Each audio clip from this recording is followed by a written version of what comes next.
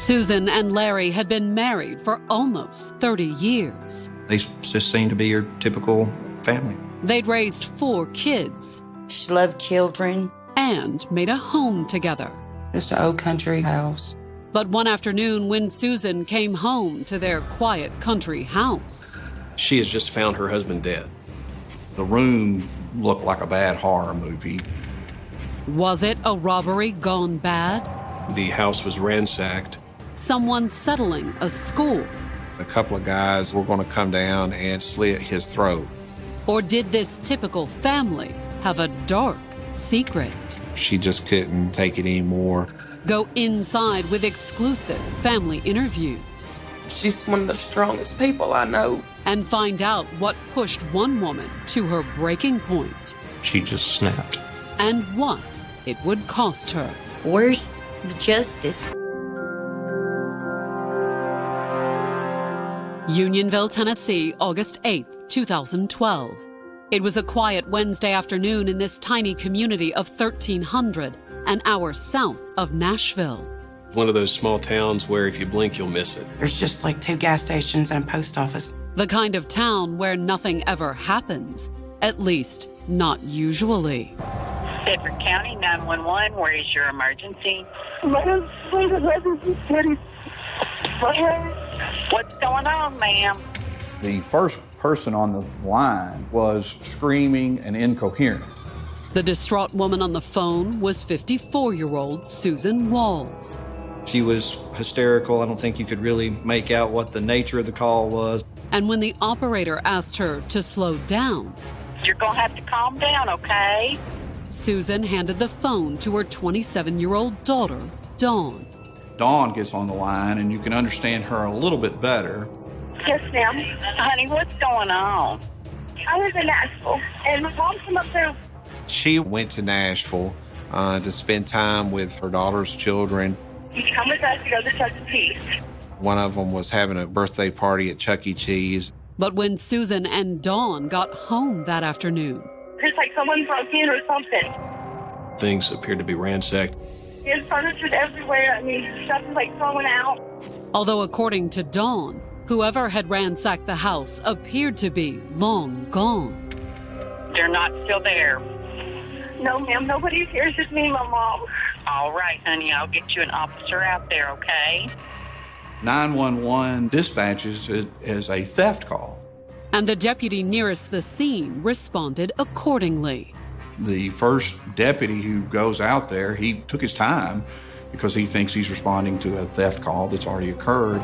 But when he arrived at the house almost 30 minutes later, when he pulls up in the driveway, there's Dawn and Susan. They're crying, hysterical. And once the deputy went inside the house, he discovered why Susan was crying. She has just found her husband dead. The deputy found 55-year-old Larry Walls inside the house, sprawled dead on his bedroom floor. He had been stabbed and beaten severely. Blood was everywhere, splattered all over the place. But was the bloody scene really the result of a random home invasion? Or was there a deadly secret lurking in Larry and Susan's past?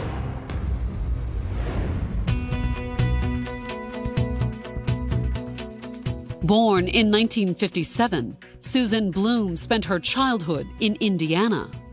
She grew up in a loving home, Christian family. She was brought up Catholic. One of 8 children, Susan was quiet and reserved growing up. Susan was kind of shy, but once you got to know her, she was a really loving person. She was the type of person that would do anything for you. Not that many people got past her shyness, especially boys.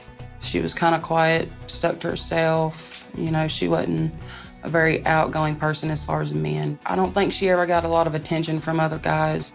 In fact, it wasn't until 1982, when she was well out of high school, working and living on her own, that she finally caught the eye of one young man, Larry Walls. They met at a bar. Born the same year as Susan, Larry had grown up not far from her in the town of South Bend. He worked in construction. He was a hard worker. And when he met Susan, things quickly became serious. They seem to be getting off pretty good. Within months of meeting, Susan and Larry were married. And just a few months after that, Susan gave birth to a daughter. They had Melissa, who was the oldest. 3 more children followed in quick succession, a boy and 2 girls. She loved children, always had a house full of kids. And then, around 1990, when Susan and Larry were both in their early 30s, they left Indiana behind and moved their growing family to Tennessee. They have family here. 3, I believe, of Larry's uncles, his dad's brothers, lived here around Bedford County area. Once in Tennessee, the couple and their 4 children, the oldest only 8, moved into a trailer park where Larry had arranged for them to live rent-free. He was like the maintenance guy for the trailer park, painting or maybe fixing a fence or plumbing or something. He could do different stuff. However, despite free rent, life was hard. It was just a little 2-bedroom trailer. And money was tight, too, despite the fact that Susan got a factory job to help support the family. She worked at Sanford, which is a pencil company. They lived pretty much paycheck to paycheck. However, after years of scrimping and saving, by 1998, the family was finally able to rent a bigger place just outside the tiny town of Unionville. Just an old country, quiet, 2-story old house. Larry put his carpentry skills to work, turning the old house into a home. You know, needed work. He also, in a repeat of his earlier trailer park deal, did chores for the property's absentee owner. He worked on the farm for the old guy to take it off the rent. And when he wasn't working for their landlord, he was either out in the garden. He'd have a great garden every year. He's always proud of his gardens. Or doing odd jobs to earn a little extra money. He was somewhat of a handyman, not necessarily steadily employed. Little construction, little carpentry, just kind of a jack of all trades. Just enough to make his bare money, pretty much. For a steady paycheck, the family depended on Susan. It was mainly Mama, her money. She paid the bills. She worked at the pencil factory, I would say about 17 years. And then, after the pencil factory closed down, Susan got a job at a local nursing home. At the nursing home, she did housekeeping, janitorial work. It was a simple life, but Larry and Susan didn't seem to mind. They were just working class folks. They just seemed to be your typical family. And by the time Susan turned 54 in 2011, she'd been with Larry almost 30 years. There was some good times. And with the kids all grown, it looked as if Susan could finally afford to take it easy. Oldest daughter Melissa was already out on her own, as was her sister, Dawn. Dawn moved to an apartment in Antioch, Tennessee, which is a suburb of Nashville. She had a couple jobs she worked at. She always worked, supported herself. The couple's 28-year-old son still lived at home, but he was supporting himself. He lived with them, and he worked for an uncle doing construction. Susan and Larry's youngest daughter was still living with them, too. She had been living with a boyfriend. They had broken up, so she moved back home with her children. It was a situation that the children's grandparents wasted no time taking advantage of, especially Larry. He was a pretty good granddad. He liked to take them to his garden and let them play in the dirt and things like that. But Larry wouldn't be doting on his grandchildren for much longer, because in August of 2012, just as a comfortable retirement was starting to seem possible for Susan, she would come home to find that her husband had been beaten to death. Coming up, the crime scene leaves the investigators puzzled. There's something more to this than just a home invasion. As they wonder, is there a dark secret lurking deep in Susan's marriage? He would drink for a whole week. On the afternoon of August 8, 2012, 54-year-old Susan Walls called 911 to report a break-in at her rural Unionville, Tennessee home. Sue and her daughter Dawn returned to the residence to find the door unlocked. Someone's broken into the house while y'all were gone. Yes, But when the first deputies arrived on the scene more than 20 minutes later, they discovered that they were dealing with far more than a break-in. They found Sue's husband, Dawn's father, Larry, deceased on the floor. The 55-year-old had been murdered. His head was just bashed in. He had obviously had a multitude of stab wounds all over his body. And it didn't look like he'd made any attempt to resist. He had virtually no defensive wounds of any type. It was apparent that he had been in bed when he was attacked. There was one prominent blood stain at the head of the bed, which led the investigators to conclude that Larry had been killed in his sleep. Why he'd been killed didn't appear to be a mystery either. Contents of drawers had been taken out, thrown about the house. Couch cushions had been turned over and thrown on the floor. It was apparent to us that the house had been ransacked. It definitely made it look like they were looking for something. And Larry?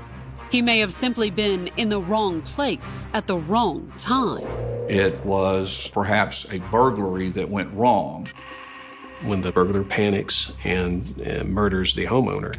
So, trying to get a handle on when the break-in could have occurred, the investigators turned to the only witnesses they had, Susan and her 27-year-old daughter, Dawn. Questioned by the investigators, Susan told them that she had gotten up early that morning, shortly before her son, who still lived at home, had gone to work. He left for work around 6:30 that morning. Susan said that she and her youngest daughter, who also lived at home, had left shortly after that to take Susan's grandchildren to Nashville for the day. One of the children was having a birthday. They were going to have a birthday party at Chuck E. Cheese in Nashville. And Larry, according to Susan, he had been awake when she left that morning. She described how that morning she fixed him breakfast, kissed him goodbye, and headed to Nashville. Susan said her daughter Dawn had joined them at Chuck E. Cheese. She lived in Nashville. And then, after leaving the restaurant, Dawn, Susan, and her youngest daughter had all driven back to her daughter Melissa's house near Unionville. They dropped my younger sister off and let the kids play. And then, while her grandkids played at Melissa's, Susan and Dawn had driven home. They were supposed to come back. They never came back. She had returned home and found his body. The house had been robbed and he had been murdered. But who would do such a thing? Susan couldn't say. She said, I don't know who could have done this. Although naturally, as Larry's spouse and the person who found his body, the investigators had to consider Susan a potential suspect. Could she have had anything to do with his death? She told us they had a good marriage. She said, we're like any married couple. We fight about different things, but, overall, we have a loving relationship. And when the investigators questioned Dawn, she backed her mother up 100%. She said their relationship wasn't perfect, but he was a good dad and a good grandfather. Her account of how they'd spent the day also matched Susan's story. Everybody had met up at Dawn's apartment, gone to Chuck E. Cheese, and then they'd come home and discovered this horrific crime. And just the same as Susan, Dawn said she had no idea who could have killed her father. Neither one of them said, any reason why someone would do this to him. They just didn't understand why something like this would happen. However, while Susan and Dawn said they had no idea who could have killed Larry, when the investigators started questioning the couple's friends and neighbors, they heard a very different story. According to most people, Larry had no shortage of enemies. It was kind of in my head a long list of people that there was problems with. Although according to friends and neighbors, Larry's real problem wasn't people, it was alcohol. He had a drinking problem. I've been over there 9, 10 o'clock in the mornings and seen him drinking. He'd go 2 or 3 days on whiskey binges. He would drink for a whole week. He wouldn't stop. And inevitably, when Larry was drunk, that's when his problems with people began. He was a good guy when he wasn't drunk. When he started that drinking, though. He would always just try to start something. Which meant that there was no shortage of people with a grudge against Larry. He had been into a fight a couple weeks before that with his cousin's husband, Larry's nephew. Him and Larry had been into a really violent fight a couple weeks before. Was it possible that rather than a robbery gone wrong, someone Larry had picked a fight with had broken in and settled things once and for all? When the investigators took a closer look at the crime scene, a few things stood out. The house had been ransacked, but everything of any values was still in the house. They ransacked the house so that it would look as though they were there to steal. But they hadn't come to steal. Instead, based on what the medical examiner uncovered in Larry's autopsy, the intruders had clearly come looking to kill. The medical examiner determined he had been stabbed 49 times. Any one of the stab wounds would have killed him. In fact, it appeared that the intruders had been so determined to kill Larry that they'd more than finished the job. Some of the wounds appeared to be post-mortem. It was an extremely violent crime. There's something more to this than just a stranger committing a home invasion of this home and in the process murdering Larry Walls. But while the investigators suspected Larry's murder was more than just a home invasion, they only knew two things for certain. One was that the bloody scene offered no clues to the killer's identity. There were prints, couldn't identify them because they were smeared. And the other was that Susan and Dawn had an airtight alibi. Chuck E. Cheese has surveillance videos, so we were actually able to watch them, just playing the games and things like that. That's where they were when the murder took place. Still, there were a few things about Susan's story that bothered the investigators. She talked about preparing Larry's breakfast that morning. She talked about him being up out of bed. Yet it was apparent that he had been in bed when he was attacked. And then there was her 911 call. In the 911 call, she spends most of her time explaining where they've been that afternoon. What's going on, ma'am? I don't know. I was going to Nashville with my daughter. Her daughter Dawn did the same thing when she took the phone. I was in Nashville, and my mom came up there with her and my younger sister. It was more building up an alibi than establishing what had happened at the residence. Was Susan and Dawn's alibi as staged as the robbery? The investigators were starting to wonder. That did throw up a few red flags. However, the investigators had barely begun to suspect Susan and her daughter knew more about Larry's death than they let on, when something happened that would break the case wide open. Coming up, an unsolicited tip reveals a possible conspiracy.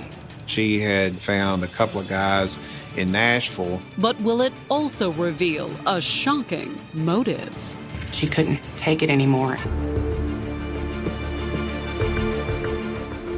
By the evening of August 9th, it had been a little more than 24 hours since sheriff's deputies had discovered Susan Wall's husband, Larry, brutally slain in the couple's home outside rural Unionville, Tennessee. It was a very, very bloody murder. Mr. Walls was stabbed 48 times. And while it had initially looked as if the murder was the result of a robbery, everything was turned upside down. The TV was overturned. Just stuff was everywhere. The investigators were starting to suspect that Susan knew more about her husband's death than she had initially let on. Not only had the supposed robbers come and gone without taking anything, Susan seemed strangely preoccupied with establishing her alibi.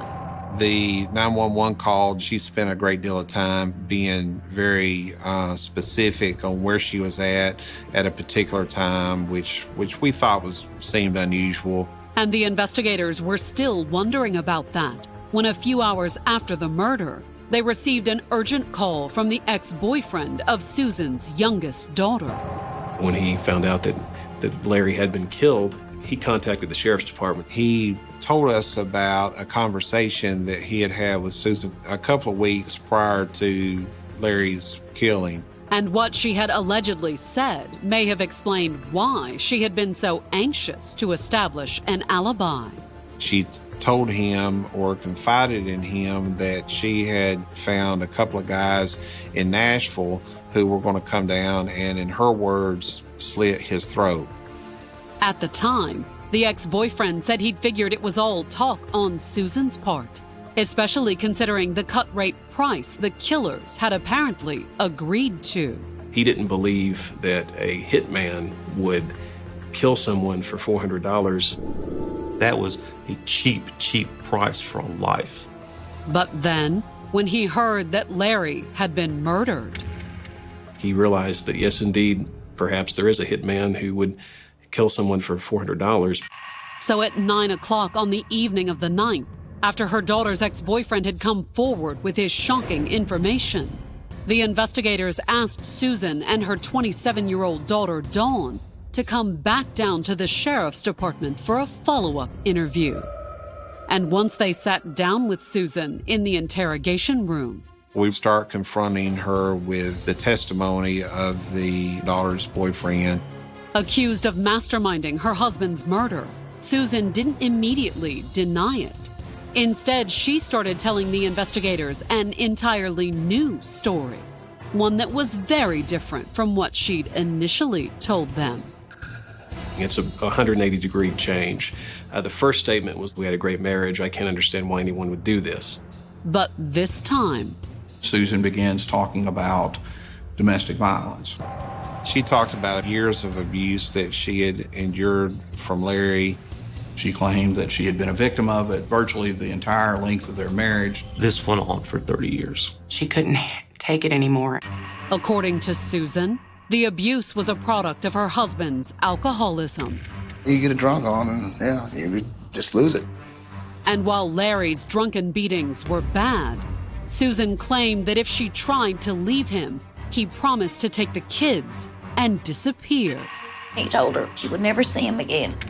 And if she ever tried to report his abuse, Larry threatened to kill Susan if anyone talked to the police. I think she truly believed if she left and took them kids, he would find her and he would kill her. So according to Susan, she had lived in a nightmare for 30 years, mostly to protect her children. She claimed that the children had been victims. She said when we were grown, she would leave, but when we were grown, she still had my youngest sister living with her and my brother, and she started having kids. So she pretty much started raising her grandkids and just stayed. But after suffering for so long, why kill Larry now? What had pushed her over the edge? According to Susan, the answer was simple. She feared that he was now going to start abusing the grandchildren. And according to Susan, she was in a position to do something about it, thanks to her daughter Dawn's new roommate, 25-year-old Jason Starrick. He apparently made himself out to be a badass. He claimed to have been a bounty hunter. Although the purported bounty hunter was currently waiting tables, which is how he'd met Dawn. They knew each other from having worked at Steak and Shake. And according to Susan, it was Dawn who'd first approached Jason about killing her father. Dawn told Stark about the abuse, and this really enraged him. In his code, you just didn't hurt children. And then, once Dawn had convinced Jason to kill Larry, she said that Dawn made all the arrangements. They had actually set it up so that they would both be at Chuck E. Cheese restaurant up in Nashville, about 50 miles north, so that they would have a solid alibi. Meanwhile, according to Susan, Jason had recruited a second man to help him carry out the hit, 19-year-old Sean Gerhardt. Sean Gerhardt was just a follower. If Jason Starrick had not gotten him involved, Sean Gerhardt's not the type of person that would have gone forth and committed a murder. Once the arrangements had been made and the accomplice recruited, Susan said she had taken her grandchildren to Nashville and met with Dawn to establish their alibis, while Jason and Sean drove out to Unionville to commit the murder. We think Larry was asleep when they came into the house. They stabbed him nearly 50 times.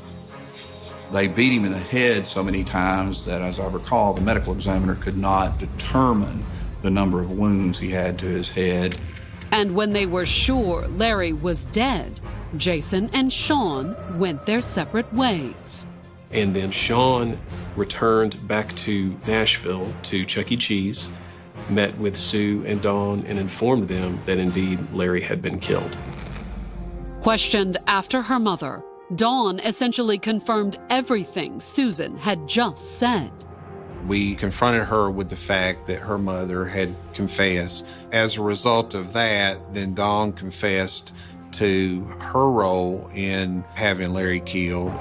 Dawn, according to her confession, had served as the middleman, arranging all the details of the hit. She confessed to having conversations directly with Jason Sterrick, and an agreement was reached between her and Sterrick that she would pay Jason $400 for coming down or going down to Unionville to kill Larry. And while she hadn't paid them up front, Dawn did cover their expenses. There were some supplies that he needed to commit the killing, but he didn't have any money to pay for those supplies. So she had given him her debit card. They went to Walmart, where they purchased bandanas, rubber gloves. In addition to detailing the arrangements for the hit, Dawn also echoed everything that Susan had said about Larry being abusive.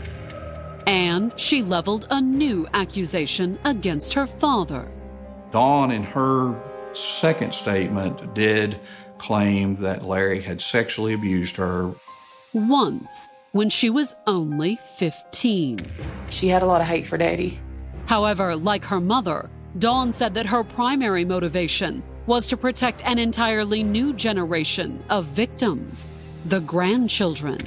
Dawn's version was that we just could not allow this to continue. Although despite that, Dawn claimed that she'd had second thoughts on the morning of the murder. As part of her confession, she told us that there was a point on the morning of the killing that she had tried to call it off. But she said that neither Jason nor Sean answered their phones or her texts.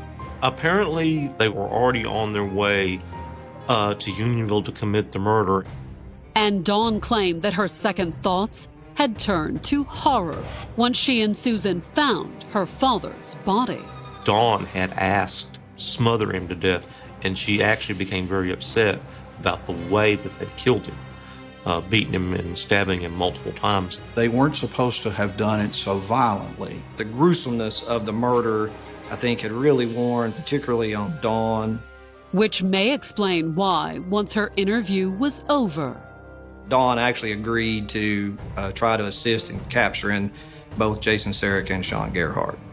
surprisingly, once they had both confessions and Dawn's promise to cooperate, the investigators didn't place Susan and her daughter under arrest. They knew they had already did it, but they actually let them leave. Whether the abuse claims had earned the investigators' sympathy, or they feared taking them into custody would tip off Sean and Jason, Susan and Dawn spent the night at a friend's house in Unionville. And of course, they couldn't stay in the house because it was the crime scene. And I told them they could come and stay until everything was okay. But they were back at the sheriff's department the next morning, where investigators had Dawn call both Jason and Sean and leave messages on their voicemail. Dawn placed a call to them saying, "Hey, my mother and I have the rest of your money. We would like to meet with you and give you the money." Unfortunately, the meeting never happened. Neither Jason nor Sean returned Dawn's call. Apparently, the two of them were suspicious, wouldn't communicate with her at all, so they had to go on sort of a manhunt for them. It was a short manhunt, though. By late that night, both Jason Sterrick and Sean Gerhardt were in custody. And when the investigators arrested the alleged hitmen, they discovered an amazing piece of evidence, considering it had been 4 days since the murder. Jason Sterrick, his belt had blood on it. With the bloodstained belt apparently confirming Susan and Dawn's story. Once Sterrick and Gerhardt were in custody, the investigators finally placed the mother and daughter duo under arrest for murder. It was crazy, you know. It was the middle of the night, and it was a lot of police cars and police, and it was a little bit scary, you know, because they had my house surrounded. They came in and they arrested them. Coming up, Susan's trial pits mother against daughter. People looking at a life sentence will not hesitate to point the finger. But will her eldest daughter rally to her defense? She looks like she's pushing 80 because she's been beat on so much. On May 5th, 2014, almost 2 years after she'd called 911 and reported finding her husband Larry dead in her rural Tennessee home, Susan Walls went on trial for murder. The 56-year-old was accused of hiring 2 men to commit the crime. It was going to be $400 to have him murdered. And Susan had already confessed to being in on the murder plot. She admits that she was willing to pay for it. She admits she left the house to facilitate them coming in to commit the murder. The case was strong against Susan. However, while she had confessed to arranging the hit, Susan claimed that she had only killed Larry to escape decades of abuse. She had just had the crap knocked out of her and she couldn't deal with it anymore. And her allegations certainly gave the prosecutors reason to worry. We were afraid the jury might be sympathetic because he had been abusive to her in the past. But did that justify murder? Not according to the prosecution's opening statement. She could have reached out to law enforcement, and she didn't do that. Instead, prosecutors said that Susan had decided to take the law into her own hands. It was her idea to have her husband killed. And the prosecutors had a witness willing to back that up. Susan's 29-year-old daughter, Dawn. When people are looking at a potential life sentence, they will not hesitate to point the finger at anyone else, including a mother and a daughter. Like Susan, Dawn had confessed to being in on her father's murder. She acknowledged that she had told her mother about a couple of guys that she knew, and she felt like that she could get them to do it. She was very remorseful for what had happened. I think she felt just really bad about the role that she had played. And once charged with first-degree murder, Dawn had made a deal with the prosecutors to testify against her mother. That agreement was made without any promises of leniency. And that may have been wise on the prosecutor's part, because while Dawn did take the stand for the prosecution, her testimony focused on her father's abuse. Dawn said that she had been sexually molested and described the abuse that had been going on against her and her mother and other family members, just all their lives. And she told the jury that fear had driven her and her mother to consider a desperate solution. They had been discussing on and off since Dawn was 15, the possibility of having Larry killed. It's very sad. You had an entire family that had suffered under this man for 30 years, but they never told the police. They let it build up until finally she snapped. Dawn said it was the spring of 2012 when her mother had finally decided to turn their idle talk into action. There was one last incident of abuse where Susan had gotten a black eye. It was no worse than what she'd endured for years. But this time, according to Dawn, she said, "That's it. I've had enough." Over the years and dealing with that, it was just too much. She just couldn't take it anymore. And according to Dawn, when Jason Starrick said he was willing to kill Larry, her mother had leaped at the offer, and she had gone along with it, arranging everything according to her mother's wishes. It's like, well, why would you do that? It's my mom. Plus, according to Dawn, Susan told her that Larry was sexually abusing one of his grandchildren, just as he'd allegedly abused her. I think Susan knew if she pushed Dawn's button on that particular issue, that would get more cooperation from Dawn. Dawn testified that Susan had told Jason Starrick the same thing too, and gotten much the same reaction. He really became interested in being involved once he found out that the grandchildren were being harmed. But the prosecutors wondered, was it possible that Dawn and Jason had both been played by Susan? There was zero indication that Larry Walls ever harmed a grandchild. Still, there was no denying that Larry had abused Susan.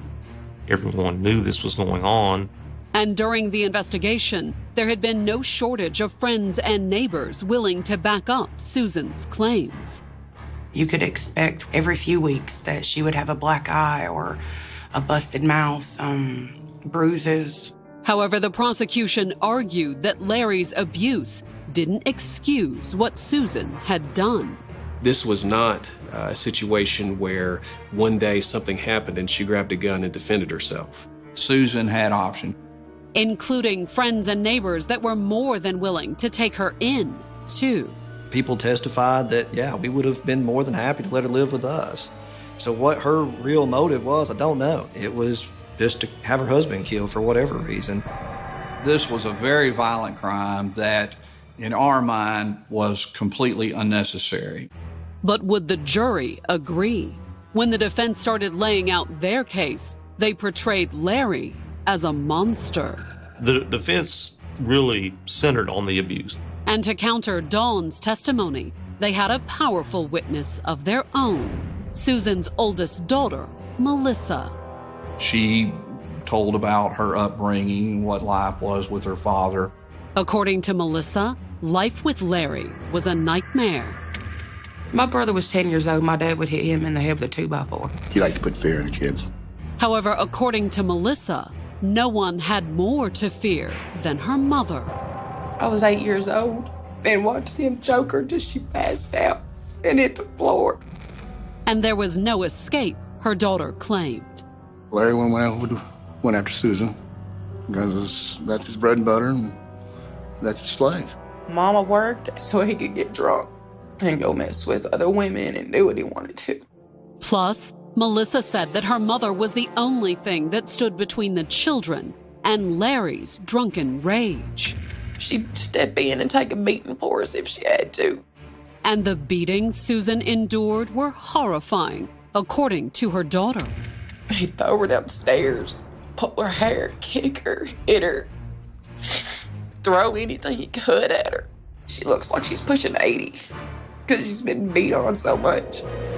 But while the defense made it clear that Susan had more than enough reason to want her husband dead, they disputed the idea that she had been the mastermind behind the murder. The defense essentially was that all she did was say a few things. She would say stuff when he was drunk and hitting on her. I wish he was dead, or, I wish someone would just kill him. Instead, the defense argued that it was Susan's daughter, Dawn, who'd followed through and arranged the hit. She's the one that set it up. It was her roommates. She's the one that gave the debit card to equip the murderers with the items that they needed to commit the murder. Everything was laid on Dawn. And according to the defense, when she got caught, Dawn had taken the easy way out and cut a deal with the prosecutors, blaming the murder on her mother in an attempt to excuse her own guilt. Dawn said that it was all Sue, that Sue done everything, and she just was the backup.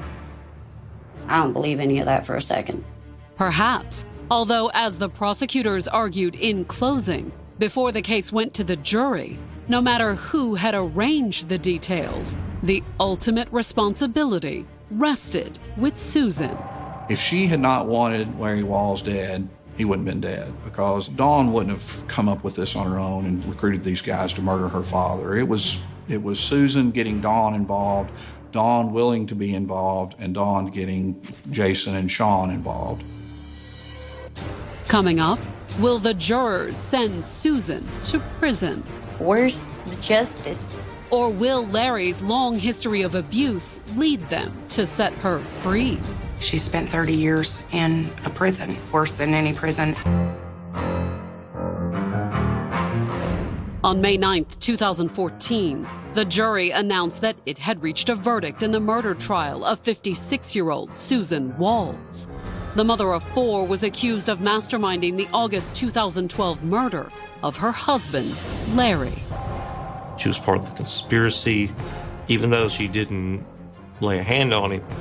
At trial, the defense argued that the murder had been motivated by decades of abuse at Larry's hands. We certainly were worried that the jury might feel sorry for her. Plus, They argued that it was Susan's daughter, Dawn, who'd really been behind the murder. She set it up where the men would come to the house and kill. But would either of those be enough to sway the jury? It all came down to the reading of the verdict. The jury found her guilty. Susan Walls was found guilty of first-degree murder and conspiracy to commit first-degree murder. I was devastated. I really thought that she had a chance to go home. Instead, Susan received a sentence of 60 years for murder and 21 years for conspiracy, although she would technically be eligible for parole. Given her age, she will die in prison unless she is successful on some type of appeal. Friends and supporters were outraged, considering all the abuse Susan had suffered. She had been through enough. She's been tortured. She's been abused for 30 years. Where's the justice? And the sense of injustice grew even deeper when Susan's daughter Dawn pleaded guilty and was sentenced to only 23 years for her role in the murder. How do you take two people that's charged with the same crime and the same everything and try to turn one against the other? How does one get 23 years and one gets life? Although, according to her supporters, there is one consolation. While Susan may be in prison, she's finally free of her husband's abuse. Even though she's in jail, she's not such a nervous, stressed out wreck anymore because she spent 30 years in a prison, worse than any prison. She's one of the strongest people I know to go through that for 30 years and still keep going every day for her kids. Every day. She never gave up.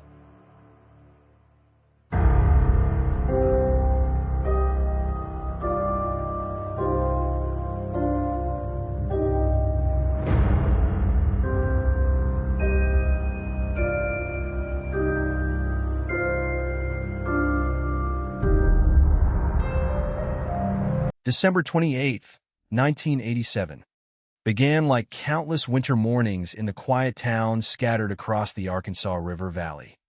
The Christmas holiday was drawing to a close, decorations still hung from storefronts, and many families were beginning the slow transition from celebration back to ordinary life. In Russellville, Arkansas, businesses had reopened after the holiday weekend. Employees greeted coworkers, unlocked doors, arranged paperwork, and expected nothing more unusual than the steady rhythm of customers returning after Christmas. There was no indication that before the day was over, the town would become the center of one of the darkest criminal investigations in American history. It started not with a discovery inside an isolated home, but with gunfire in places where people believed they were safe. A man walked into several locations carrying firearms. He moved deliberately, without panic or haste. His actions appeared purposeful rather than chaotic. Within a short period, 2 people had been killed, several others had been wounded, and police officers from multiple agencies were rushing toward reports of an active shooter moving through Russellville. At first glance, investigators believed they were confronting an incident that, while horrifying, was relatively straightforward. It appeared to be a targeted series of workplace-related attacks involving a disgruntled former employee. Similar tragedies had occurred before. Officers focused on locating the suspect, protecting civilians, and preventing additional casualties. Nothing in those first frantic moments suggested that the violence unfolding in Russellville represented only the final chapter of a far larger tragedy. The man responsible was 57-year-old Ronald Gene Simmons. Senior witnesses who encountered him that morning would later describe something that investigators found deeply unsettling. He did not appear frantic. He did not seem confused. He was not acting like someone whose carefully laid plans had suddenly fallen apart. Instead, he moved with remarkable composure. His expression revealed little emotion. His actions suggested preparation rather than impulse. Every stop appeared to have been selected in advance. Every movement reflected intention. The attacks themselves generated immediate panic, but Simmons remained calm throughout. Eventually, law enforcement officers confronted him. The encounter that followed was almost anticlimactic when compared with the violence that had preceded it. An officer ordered him to stop. Simmons answered simply, "Okay." He placed his weapon down and surrendered without resistance. There was no desperate attempt to escape, no negotiation, no dramatic confrontation, no final exchange of gunfire. The arrest lasted only moments. To the officers standing there, it must have seemed that the immediate danger had finally ended. They had captured the suspect alive. The community could begin to recover, investigators could identify the motive, and the legal system would eventually determine the appropriate punishment. It looked, at least initially, like a tragic but contained criminal case. Yet experienced investigators often learn that the first story a crime scene appears to tell is not always the complete one. As officers began reviewing Simmons' background, questions emerged almost immediately. Why had these particular people been targeted? Why had Simmons traveled between multiple locations? Why did he seem so emotionally detached? Why did he surrender so easily after committing murders in broad daylight? Those questions would soon lead detectives away from Russellville and toward a secluded property several miles away near the small community of Dover. The location was known as Mockingbird Hill. Hidden among wooded land, far from the bustle of town, the property reflected the isolation its owner had long preferred. Two mobile homes had been connected together to create the family residence. High fencing limited visibility from outside. There was no telephone. The surrounding landscape created both physical and emotional distance from neighbors. For years, life inside the property had remained largely invisible to the outside world. Few people entered. Few people truly understood what occurred behind its fences. Investigators did not initially travel there expecting to uncover another crime scene. They simply wanted to notify family members, gather information, and continue building a picture of the man they had just arrested. Instead, they walked into a scene that transformed an already shocking case into one of the most infamous family massacres in American history. As officers approached the residence, an unsettling silence surrounded the property. Holiday decorations still remained. Vehicles were parked outside. Nothing immediately suggested that nearly an entire family had already been wiped out. But as investigators searched the home and surrounding grounds, one horrifying discovery followed another. Behind the residence was a large pit that had been dug weeks earlier. According to later findings, Simmons had instructed members of his own family to dig it under the explanation that it would become an outdoor toilet. Instead, it had become a burial site. 7 bodies were eventually recovered from that pit. Inside the residence itself, investigators located additional victims. The house, which had recently served as the center of Christmas preparations, now contained evidence of systematic murder carried out over several days. The tragedy did not end there. Officers also examined vehicles parked on the property. Inside the trunks of 2 separate cars, they discovered the bodies of 2 young children. Each discovery expanded the scale of the investigation beyond anything officers had imagined while responding to the shootings in Russellville. What they had believed to be a workplace attack was now unmistakably something far larger. 14 members of Ronald Gene Simmons' own family had been killed before he ever drove into town. The victims represented 3 generations. They included his wife, adult children, younger children, grandchildren, his son-in-law, and family members who had arrived expecting nothing more than a post-Christmas gathering.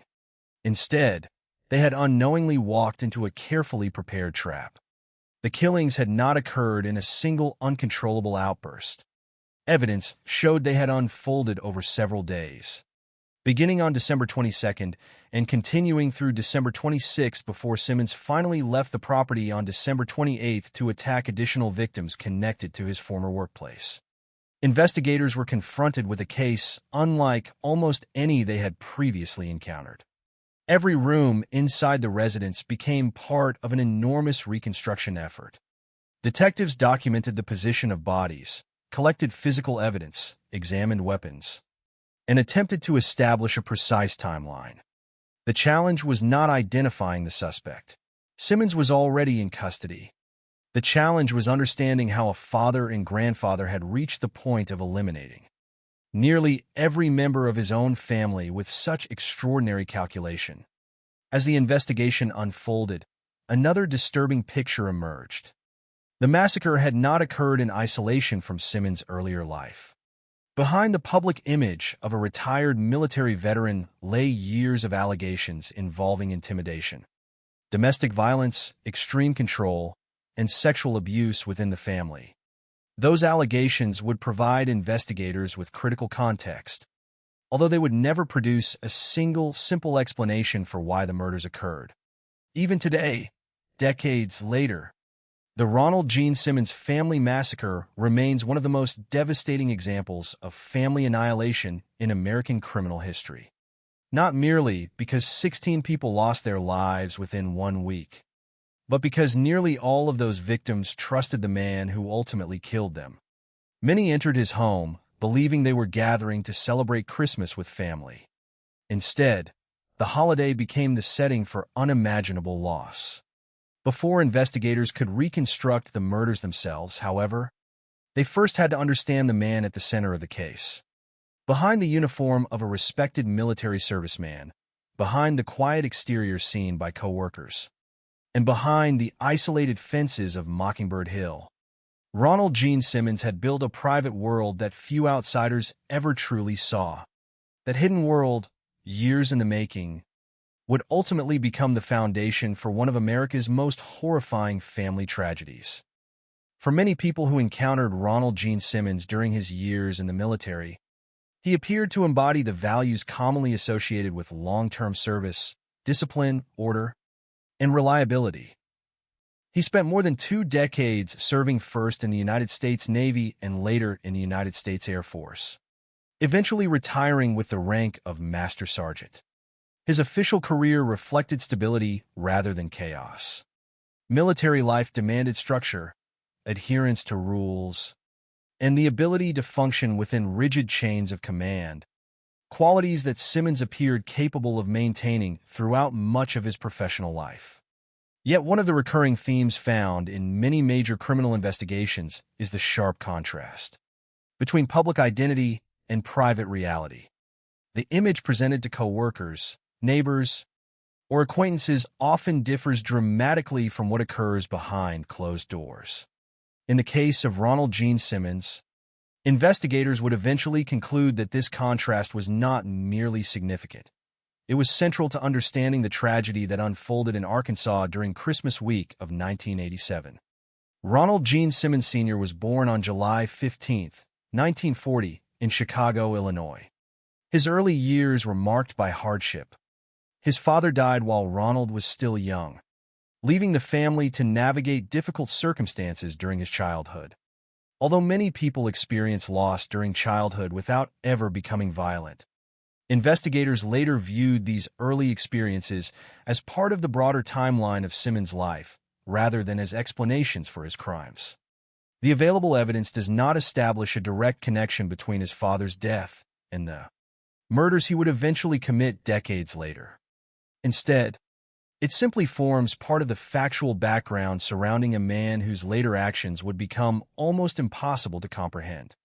In 1957, Simmons joined the United States Navy. Military service offered opportunities unavailable to many young men from difficult backgrounds. It provided financial security, predictable structure, and clearly defined expectations. At some point after serving in the Navy, he transferred to the United States Air Force, where he continued his military career for many years. By the time he retired, he had accumulated more than 20 years of service and achieved the rank of Master Sergeant, a senior non-commissioned officer position carrying considerable responsibility. Those who served alongside him generally described him as disciplined, organized, and quiet. He was not widely remembered as someone prone to dramatic emotional outbursts in professional settings. The military environment rewarded precision and routine, characteristics Simmons appeared capable of demonstrating consistently while in uniform. To many colleagues, He seemed like a career serviceman who followed orders and expected others to do the same. Nothing in that public image foreshadowed the crimes that would later make national headlines. During this period, Simmons also established a family. In 1960, he married Rebecca Becky Ulibarri. Together they built what, from the outside, appeared to be a large and growing household. The couple eventually had 7 biological children and later adopted 2 more. Friends and acquaintances observing only occasional interactions might have seen nothing more unusual than a military family moving as assignments changed and attempting to raise children within the routines demanded by military life. Large families were not uncommon among service members, and the constant relocations associated with military careers often meant that neighbors knew one another only for limited periods before moving again.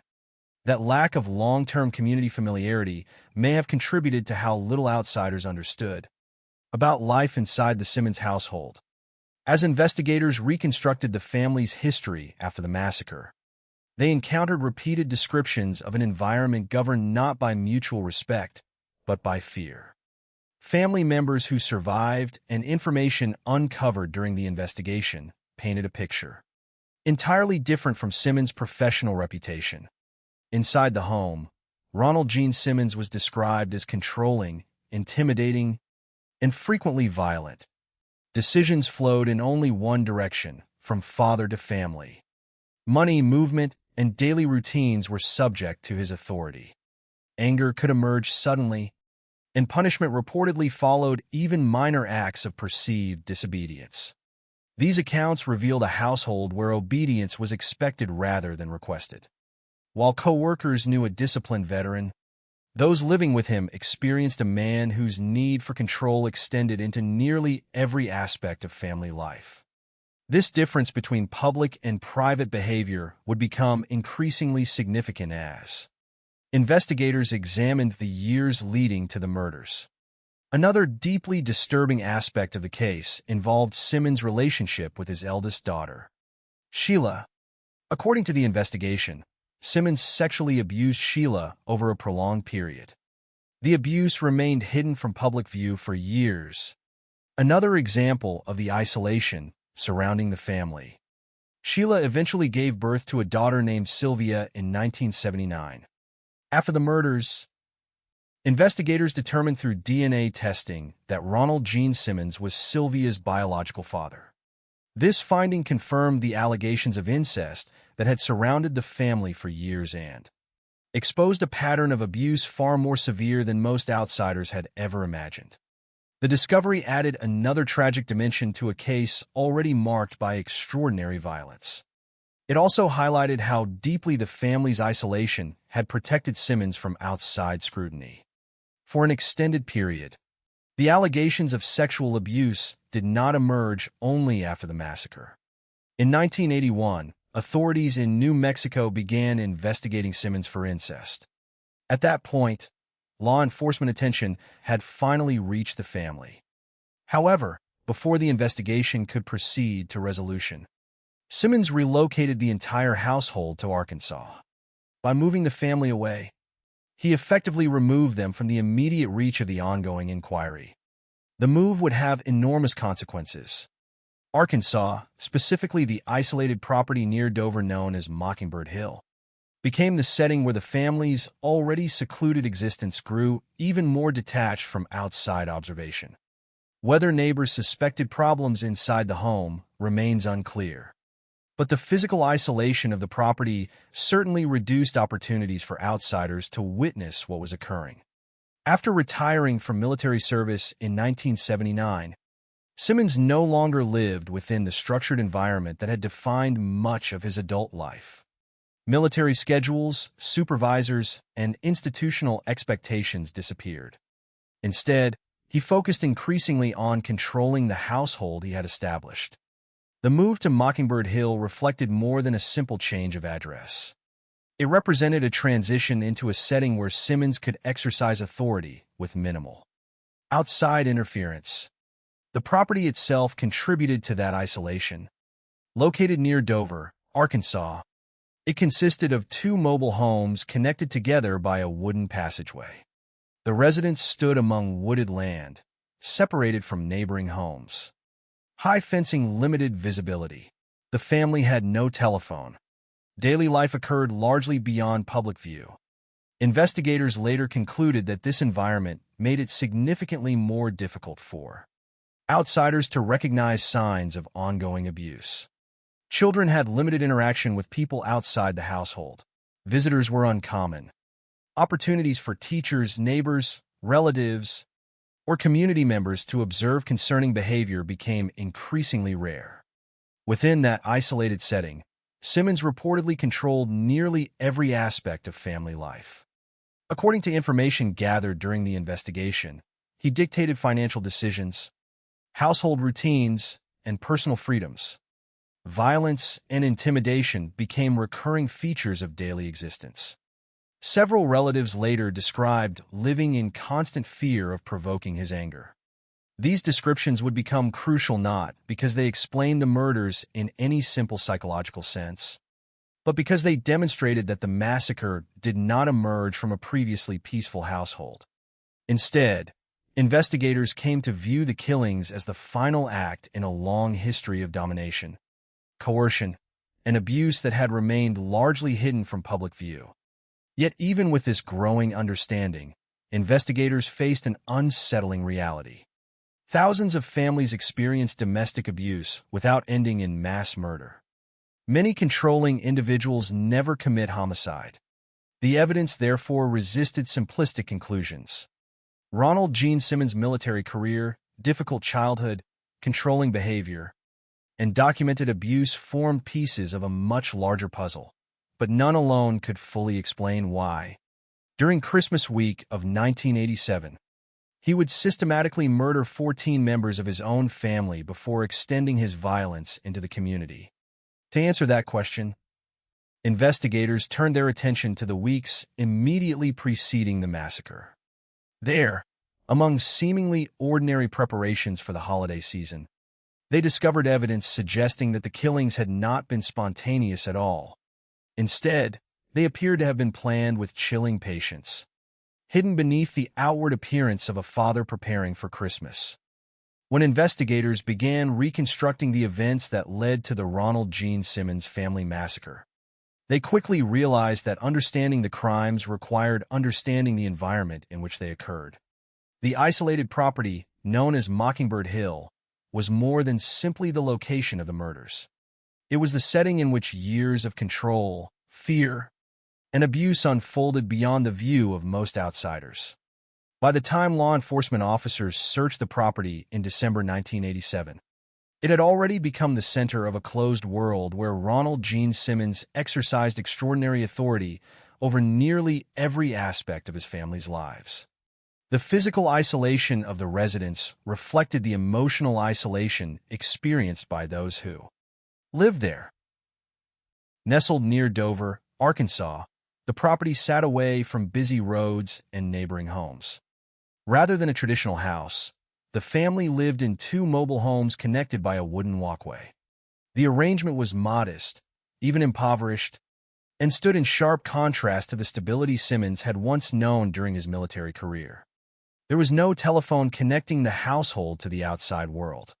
Tall fencing surrounded portions of the property, limiting visibility and creating another barrier between the family and the surrounding community. For investigators looking back after the massacre, the layout of Mockingbird Hill illustrated how easily a troubled household could remain largely invisible. Unlike neighborhoods where neighbors regularly exchanged greetings or noticed unusual activity, life on the Simmons property occurred almost entirely out of public sight. Family members came and went with little outside observation. Visitors were uncommon. Opportunities for casual conversation with neighbors were limited. In many ways, the isolation itself became another form of control. According to information gathered during the investigation, Ronald Gene Simmons exercised strict authority over daily life. He reportedly made decisions regarding finances, movement, and household routines. Children had limited opportunities to socialize outside the family. the household functioned according to Simmons' rules, and those rules were enforced through intimidation and violence. Relatives later described living in constant fear of provoking his anger. Even seemingly ordinary decisions could become sources of conflict if they challenged his authority. Investigators did not portray this environment as one defined by occasional disagreements common in many families. Instead, the evidence suggested a pattern of domination that extended over many years. Rebecca "Becky" Simmons, Ronald's wife, remained within that environment throughout their marriage. Married in 1960, the couple raised 7 biological children and later adopted 2 additional children. To outside observers, they appeared to be a large family adjusting to the frequent relocations associated with military life and later retirement. Behind closed doors, however, investigators concluded that the family dynamic was shaped primarily by Simmons' need for obedience. Accounts collected after the massacre consistently described a father whose authority was absolute. Fear became a routine part of daily existence rather than an occasional response to isolated incidents. This atmosphere had profound consequences for the children growing up inside the household. The family's isolation meant that many experiences remained hidden from teachers, neighbors, extended relatives, and community members who might otherwise have recognized warning signs. One of the most disturbing discoveries made during the investigation concerned Ronald Gene Simmons' relationship with his eldest daughter, Sheila. Authorities concluded that Simmons had sexually abused Sheila over an extended period. The abuse remained concealed for years within the isolated environment of the family home. In 1979, Sheila gave birth to a daughter named Sylvia. Only after the massacre, through DNA testing conducted during the investigation, did authorities confirm that Ronald Gene Simmons was Sylvia's biological father. The finding shocked even experienced investigators. It transformed what was already a horrific homicide investigation into one that also exposed years of incest and sexual abuse. More importantly, it demonstrated that the violence within the Simmons household had taken many forms long before the murders occurred. The discovery did not create new suspicions. Rather, it confirmed allegations that had existed previously. In 1981, while the family was living in New Mexico, authorities had begun investigating Simmons for incest. That investigation represented one of the few occasions when outside institutions came close to uncovering what was happening inside the family. Before the case could proceed, however, Simmons relocated the entire household to Arkansas. The move effectively ended the immediate investigation and placed the family in an even more isolated setting. For detectives reviewing the timeline years later, this relocation became an important turning point. By leaving New Mexico, Simmons removed the family from ongoing official scrutiny. Once established at Mockingbird Hill, the family's already limited contact with outsiders became even more restricted. Investigators could not determine every reason behind the move beyond the documented fact that it followed the incest investigation. But the sequence of events illustrated how easily vulnerable family members could disappear from public attention. The isolation of Mockingbird Hill did not merely conceal abuse. It also shaped the emotional reality of those living there. Family members later described a household where Ronald Gene Simmons' moods determined the atmosphere of each day. His anger reportedly surfaced without warning. Violence served as a means of enforcing obedience. Financial dependence further strengthened his control. Because Simmons made the major decisions affecting the household, other family members had limited ability to challenge him or seek independence. Investigators found no evidence that the property functioned as a refuge or peaceful retirement home. Instead, it became the setting for years of coercive control that remained largely hidden until after the murders. Yet despite these deeply troubling findings, the family continued attempting to live ordinary lives whenever possible. Children attended school. Adult children eventually married and started families of their own. holidays remained occasions when relatives gathered together. Christmas, in particular, represented one of the few times when multiple generations could reunite. That tradition would later become one of the most heartbreaking aspects of the case. Ronald Gene Simmons understood that family members expected to gather during the holiday season. Investigators later concluded that he incorporated that expectation into the timing of the murders themselves. Before that plan could unfold, however, Simmons began making preparations that at first appeared entirely ordinary. During the weeks leading up to Christmas 1987, he wrapped presents for family members. Gifts were carefully prepared, reflecting the familiar rituals observed by countless families during the holiday season. On the surface, nothing about wrapping Christmas presents suggested impending violence. Yet investigators would later see these actions in a profoundly different light. The same man selecting gifts for his children and grandchildren was also making preparations that pointed toward mass murder.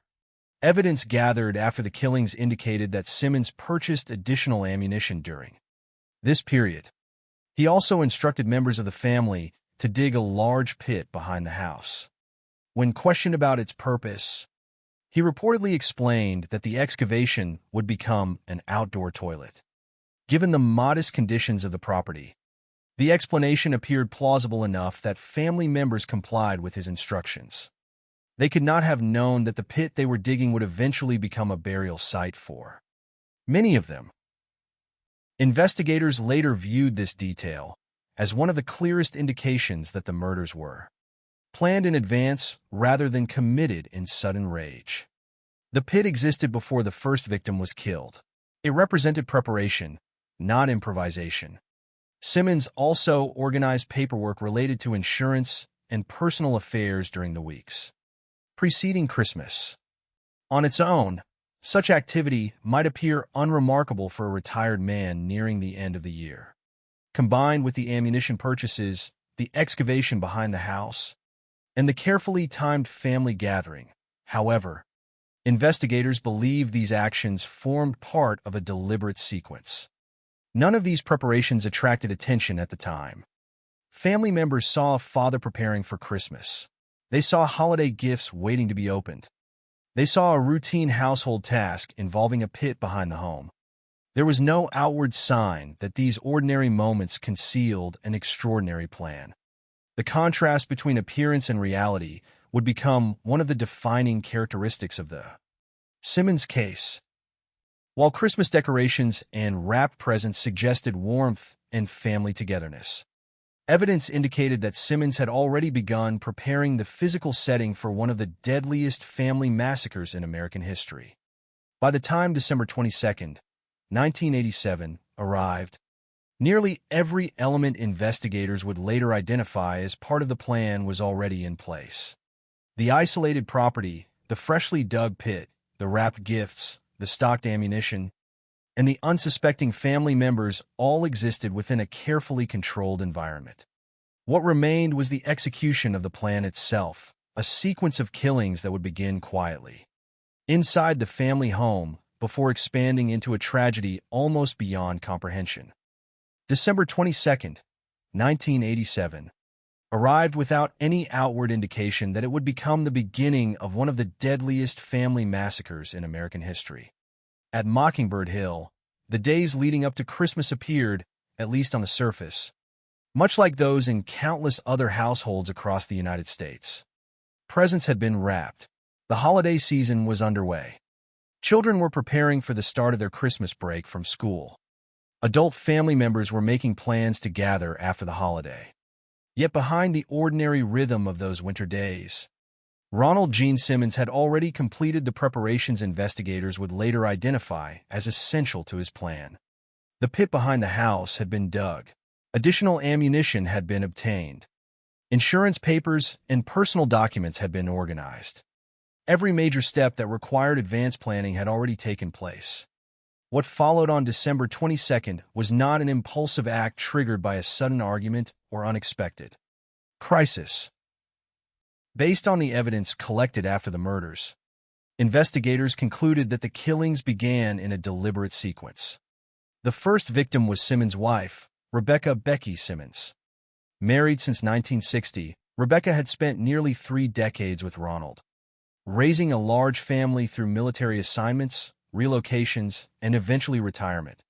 To those outside the household, she was part of what appeared to be a conventional military family.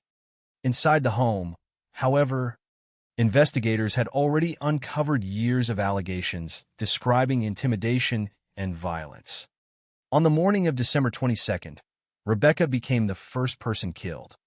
According to the medical findings documented during the investigation, she was struck with a blunt object before being shot with a .22 caliber handgun. The combination of blunt force trauma and gunfire demonstrated that the attack involved more than a single act of violence. After killing his wife, Simmons did not immediately flee or contact anyone. Instead, investigators determined that he moved her body to the pit that had been dug behind the residence weeks earlier. The excavation, originally explained to family members as preparation for an outdoor toilet, now served the purpose investigators believed Simmons had intended from the beginning. Rebecca's body became the first place there. The choice to move the body immediately suggested organization rather than panic. Investigators found no evidence that Simmons abandoned his plan after the first killing or struggled with what he had done. Instead, the sequence continued. The next victim was Gene Simmons Jr., Ronald's eldest son. Like his mother, Gene was attacked with blunt force before being fatally shot. Investigators reconstructed this sequence through forensic examination of the body and the physical evidence recovered at the property. Once again, Simmons transported the body to the burial pit. Within only a short period, 2 members of the immediate family had been murdered and concealed on the property. The violence then extended to another generation. Barbara, a 3-year-old granddaughter, was killed by strangulation. Her death illustrated one of the most devastating aspects of the case. Age offered no protection. The victims included adults, teenagers, young children, and toddlers. Investigators found no evidence suggesting that Simmons distinguished between family members based on age or personal responsibility. Instead, the killings appeared to follow a broader objective of eliminating nearly everyone connected to the household. Barbara's body was also placed in the pit behind the residence. By the end of the morning, 3 family members were dead, and their bodies had already been hidden from immediate discovery. Yet the killings were far from over. Later that day, the school buses carrying younger members of the Simmons family returned home as Christmas vacation began. For the children stepping off those buses, December 22nd likely seemed like the beginning of the holiday break. Investigators found no indication that they understood anything unusual had occurred before they arrived home. The adults who might have warned them were already dead. According to the reconstruction developed during the investigation, Simmons called the children individually rather than confronting them all at once. This detail became significant because it reflected continued control over the unfolding events. Rather than allowing confusion or resistance to develop among multiple victims simultaneously, he separated them one by one. The children entered the situation without fully understanding what had happened to the others. Loretta, age 17, was among the first of the younger family members to be killed. She was followed by Eddie, age 14, Marianne, age 11, and Becky, age 8. Medical examinations later established that these children died primarily through strangulation. Investigators also documented evidence indicating that some victims showed signs consistent with drowning in a rain barrel before death. The forensic findings allowed authorities to reconstruct portions of the sequence, although not every individual movement inside the house could be determined with certainty. What remained clear was that the killings occurred systematically rather than simultaneously. Each child became another step in a plan that investigators believed had been carefully organized. Well before December 22nd arrived. After each murder, Simmons repeated the same process. Bodies were removed from the living areas of the home and taken to the burial pit behind the Residents. The repetition itself became an important observation for investigators. Every action suggested that Simmons remained focused on carrying out a predetermined sequence. There was no evidence of frantic efforts to flee, destroy evidence, or seek help. Instead, he methodically continued from one victim to the next. By the conclusion of December 22nd, 7 members of the Simmons family had been killed. Rebecca Simmons, Gene Simmons Jr., Barbara, Loretta, Eddie, Marianne, and Becky. For investigators, the number itself was staggering. Yet perhaps even more disturbing was what happened after the killings temporarily stopped. Ronald Gene Simmons did not continue murdering every remaining family member immediately. Instead, the evidence showed that he paused. This pause became one of the most carefully examined aspects of the investigation because it suggested that the timing of the remaining murders was intentional. Adult children who no longer lived at Mockingbird Hill traditionally planned to visit after Christmas. Rather than seeking them out elsewhere, Simmons remained at the property. Investigators believed he was waiting for them to come to him. The days that followed further reinforced the conclusion that the massacre had been planned in advance. Instead of displaying panic or attempting to escape, Simmons continued with activities that appeared almost ordinary. According to the investigation, he watched television, drank beer, retrieved Christmas gifts he had previously ordered, visited a local bar, and slept inside the same residence where members of his family had been murdered. For experienced homicide investigators, this behavior stood in striking contrast to crimes committed in moments of uncontrolled rage. Simmons' conduct suggested that, in his own mind, the killings formed part of a larger objective that had not yet been completed. The house itself became a grim contradiction. Wrapped Christmas presents remained inside. Decorations associated with the holiday still reflected the season. Yet beneath that appearance, the property concealed unimaginable violence. Family members living elsewhere had no reason to suspect that anything had happened. They expected to arrive after Christmas, exchange greetings, celebrate together, and continue a family tradition. Investigators later concluded that Simmons understood exactly when they would come and deliberately delayed the second phase of the massacre until they did. Looking back, December 22nd marked far more than the first day of the murders. It represented the beginning of a carefully controlled sequence extending across nearly a week. Every action taken after the first killing reinforced the investigators' belief that the massacre was not driven by spontaneous emotion.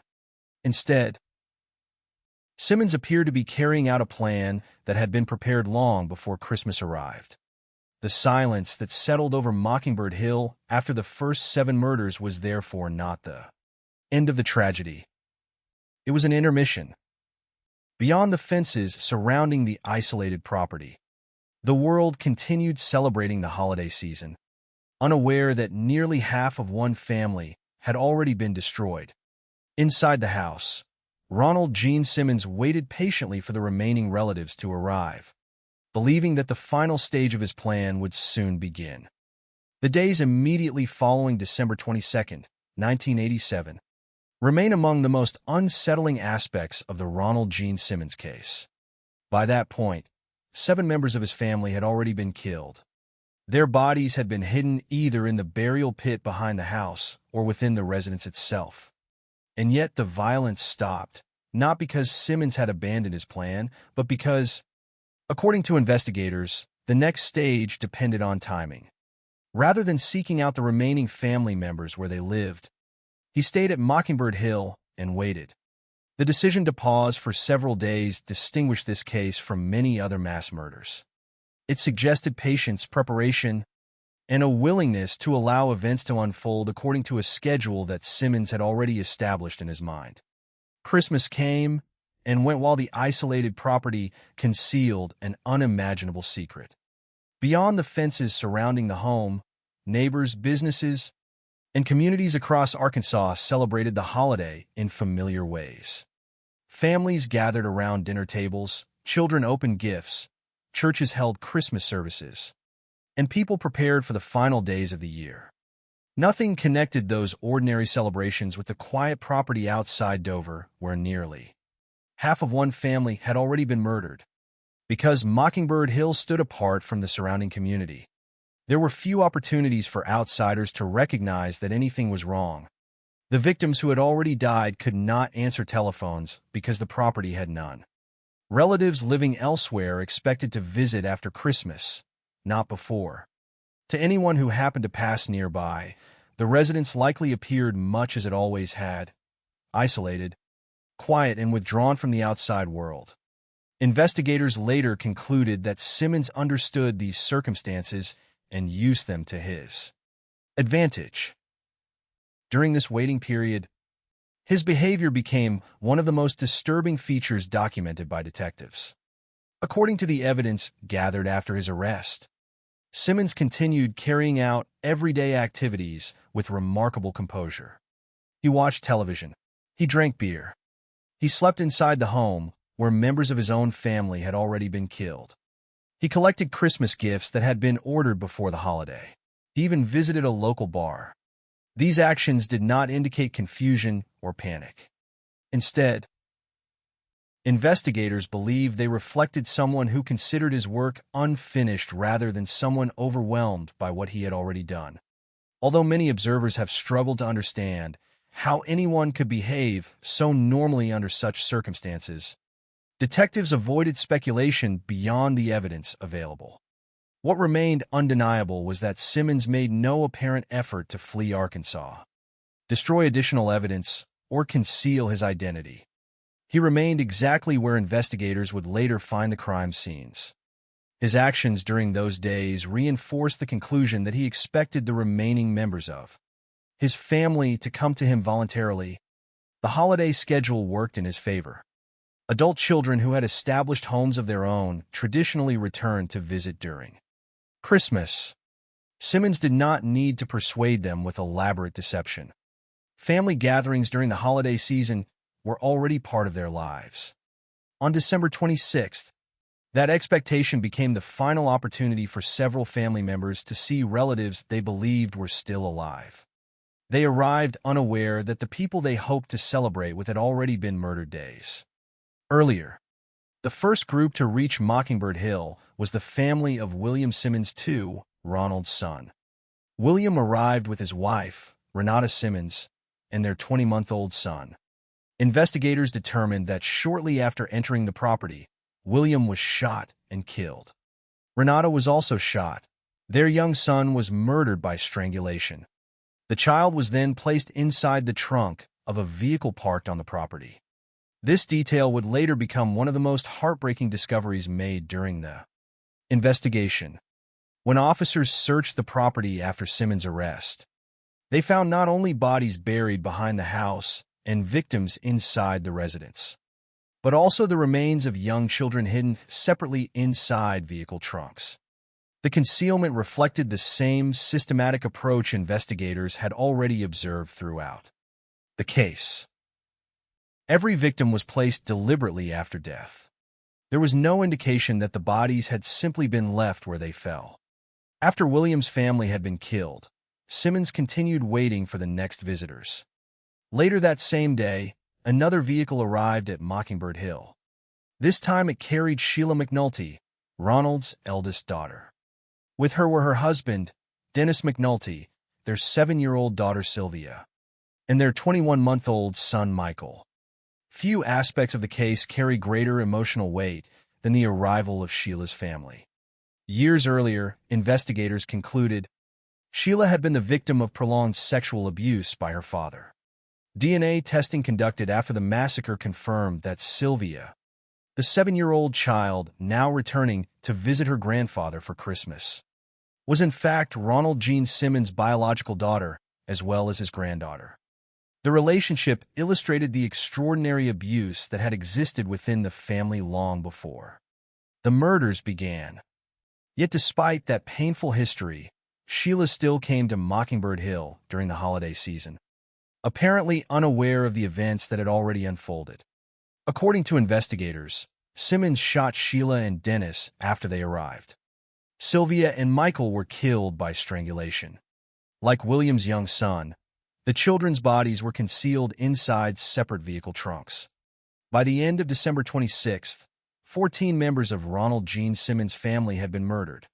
The victims represented 3 generations. They included his wife, sons, daughters, grandchildren, and son-in-law. The scale of the destruction was almost without precedent in American criminal history. Entire branches of one family had been erased within the span of a few days.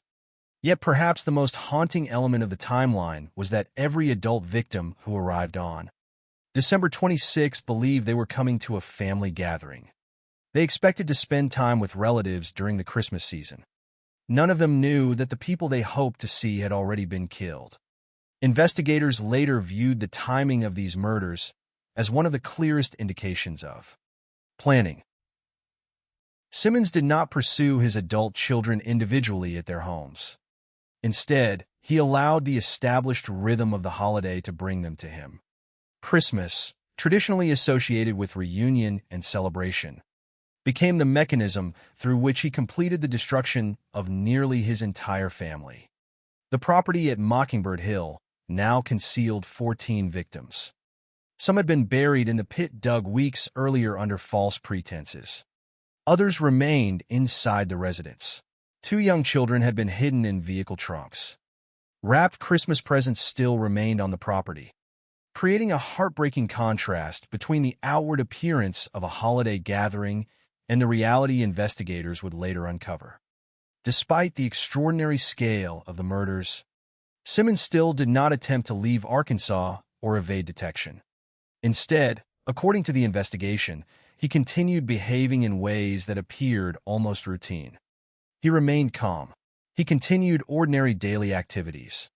From the perspective of law enforcement officers who would later reconstruct the timeline, these days demonstrated that the massacre had unfolded according to a sequence established long before the first shot was fired. The killings had begun on December 22nd, paused while Simmons waited for additional relatives to arrive, and concluded with the destruction of nearly every close member of his family on December 26th. Yet even then, the violence was not over. Investigators would later determine that Simmons had one final phase remaining. Having eliminated 14 relatives, he turned his attention toward individuals outside the family whom he believed had wronged him. On the morning of December 28th, he left Mockingbird Hill behind, climbed into his vehicle carrying multiple firearms and ammunition, and drove toward Russellville. The horrifying discoveries that police would later make at the family property had not yet occurred. To the people beginning their workday in Russellville, Ronald Gene Simmons was simply another man arriving in town. They had no way of knowing that the quiet driver entering their community had already spent nearly a week carrying out one of the most devastating family massacres the United States had ever seen, or that the final chapter of the tragedy was about to begin. The days immediately following December 22, 1987, remain among the most unsettling aspects of the Ronald Gene Simmons case. By that point, 7 members of his family had already been killed. Their bodies had been hidden either in the burial pit behind the house or within the residence itself.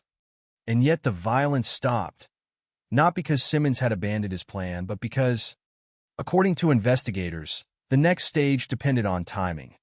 Rather than seeking out the remaining family members where they lived, he stayed at Mockingbird Hill and waited. The decision to pause for several days distinguished this case from many other mass murders.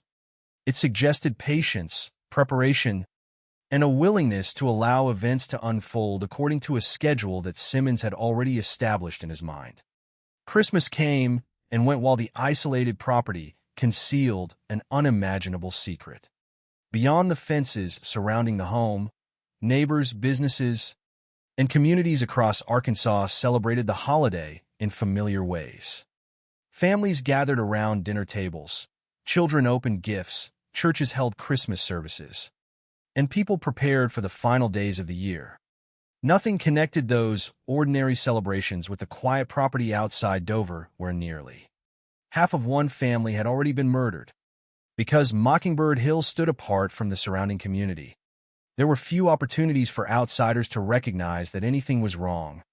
The victims who had already died could not answer telephones because the property had none.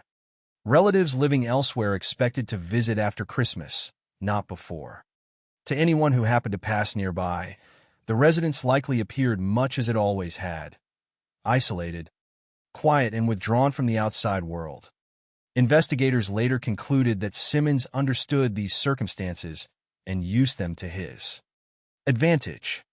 During this waiting period, his behavior became one of the most disturbing features documented by detectives. According to the evidence gathered after his arrest, Simmons continued carrying out everyday activities with remarkable composure. He watched television. He drank beer. He slept inside the home where members of his own family had already been killed. He collected Christmas gifts that had been ordered before the holiday. He even visited a local bar. These actions did not indicate confusion or panic. Instead, investigators believe they reflected someone who considered his work unfinished rather than someone overwhelmed by what he had already done.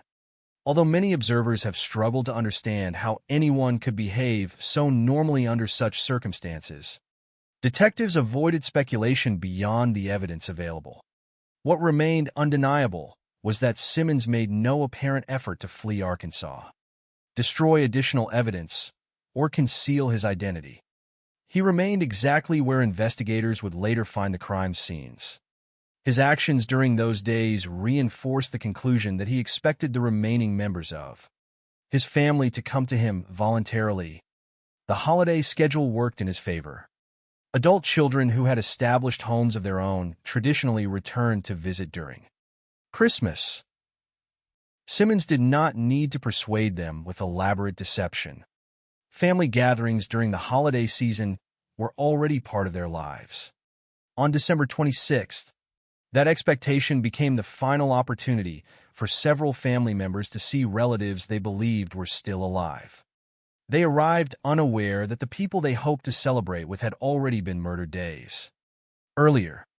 The first group to reach Mockingbird Hill was the family of William Simmons II, Ronald's son. William arrived with his wife, Renata Simmons, and their 20-month-old son. Investigators determined that shortly after entering the property, William was shot and killed. Renata was also shot. Their young son was murdered by strangulation. The child was then placed inside the trunk of a vehicle parked on the property. This detail would later become one of the most heartbreaking discoveries made during the investigation. When officers searched the property after Simmons' arrest, they found not only bodies buried behind the house and victims inside the residence, but also the remains of young children hidden separately inside vehicle trunks. The concealment reflected the same systematic approach investigators had already observed throughout the case. Every victim was placed deliberately after death. There was no indication that the bodies had simply been left where they fell. After William's family had been killed, Simmons continued waiting for the next visitors. Later that same day, another vehicle arrived at Mockingbird Hill. This time it carried Sheila McNulty, Ronald's eldest daughter. With her were her husband, Dennis McNulty, their 7-year-old daughter Sylvia, and their 21-month-old son Michael. Few aspects of the case carry greater emotional weight than the arrival of Sheila's family. Years earlier, investigators concluded Sheila had been the victim of prolonged sexual abuse by her father. DNA testing conducted after the massacre confirmed that Sylvia, the 7-year-old child now returning to visit her grandfather for Christmas, was in fact Ronald Gene Simmons' biological daughter as well as his granddaughter. The relationship illustrated the extraordinary abuse that had existed within the family long before the murders began. Yet despite that painful history, Sheila still came to Mockingbird Hill during the holiday season, apparently unaware of the events that had already unfolded. According to investigators, Simmons shot Sheila and Dennis after they arrived. Sylvia and Michael were killed by strangulation. Like William's young son, the children's bodies were concealed inside separate vehicle trunks. By the end of December 26th, 14 members of Ronald Gene Simmons' family had been murdered. The victims represented 3 generations. They included his wife, sons, daughters, grandchildren, and son-in-law. The scale of the destruction was almost without precedent in American criminal history. Entire branches of one family had been erased within the span of a few days. Yet perhaps the most haunting element of the timeline was that every adult victim who arrived on December 26th believed they were coming to a family gathering. They expected to spend time with relatives during the Christmas season. None of them knew that the people they hoped to see had already been killed. Investigators later viewed the timing of these murders as one of the clearest indications of planning. Simmons did not pursue his adult children individually at their homes. Instead, he allowed the established rhythm of the holiday to bring them to him.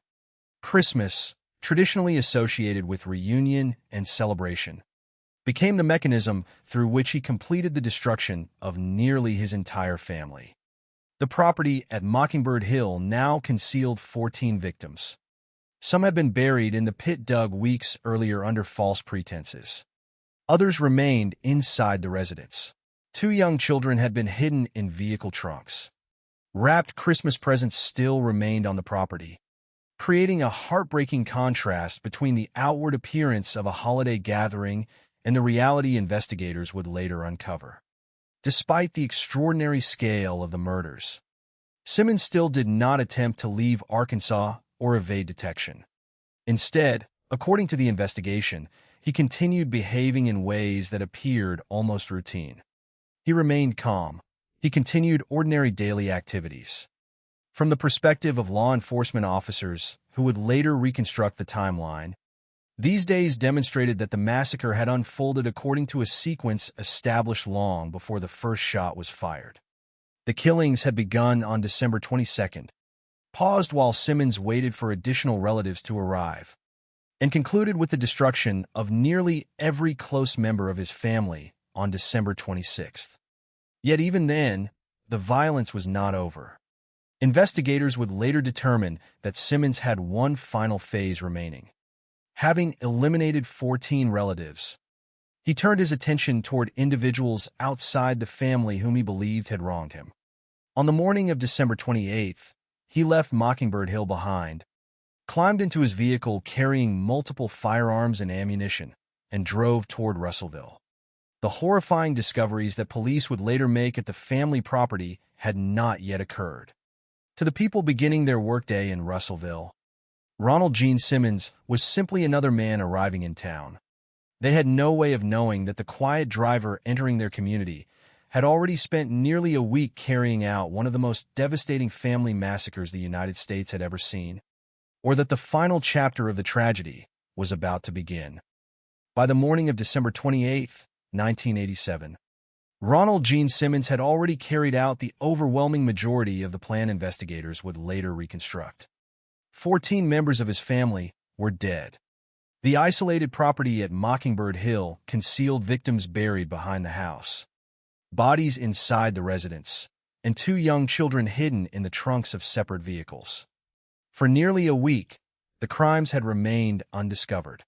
The outside world continued with ordinary holiday routines, unaware that one of the deadliest family massacres in American history had already taken place.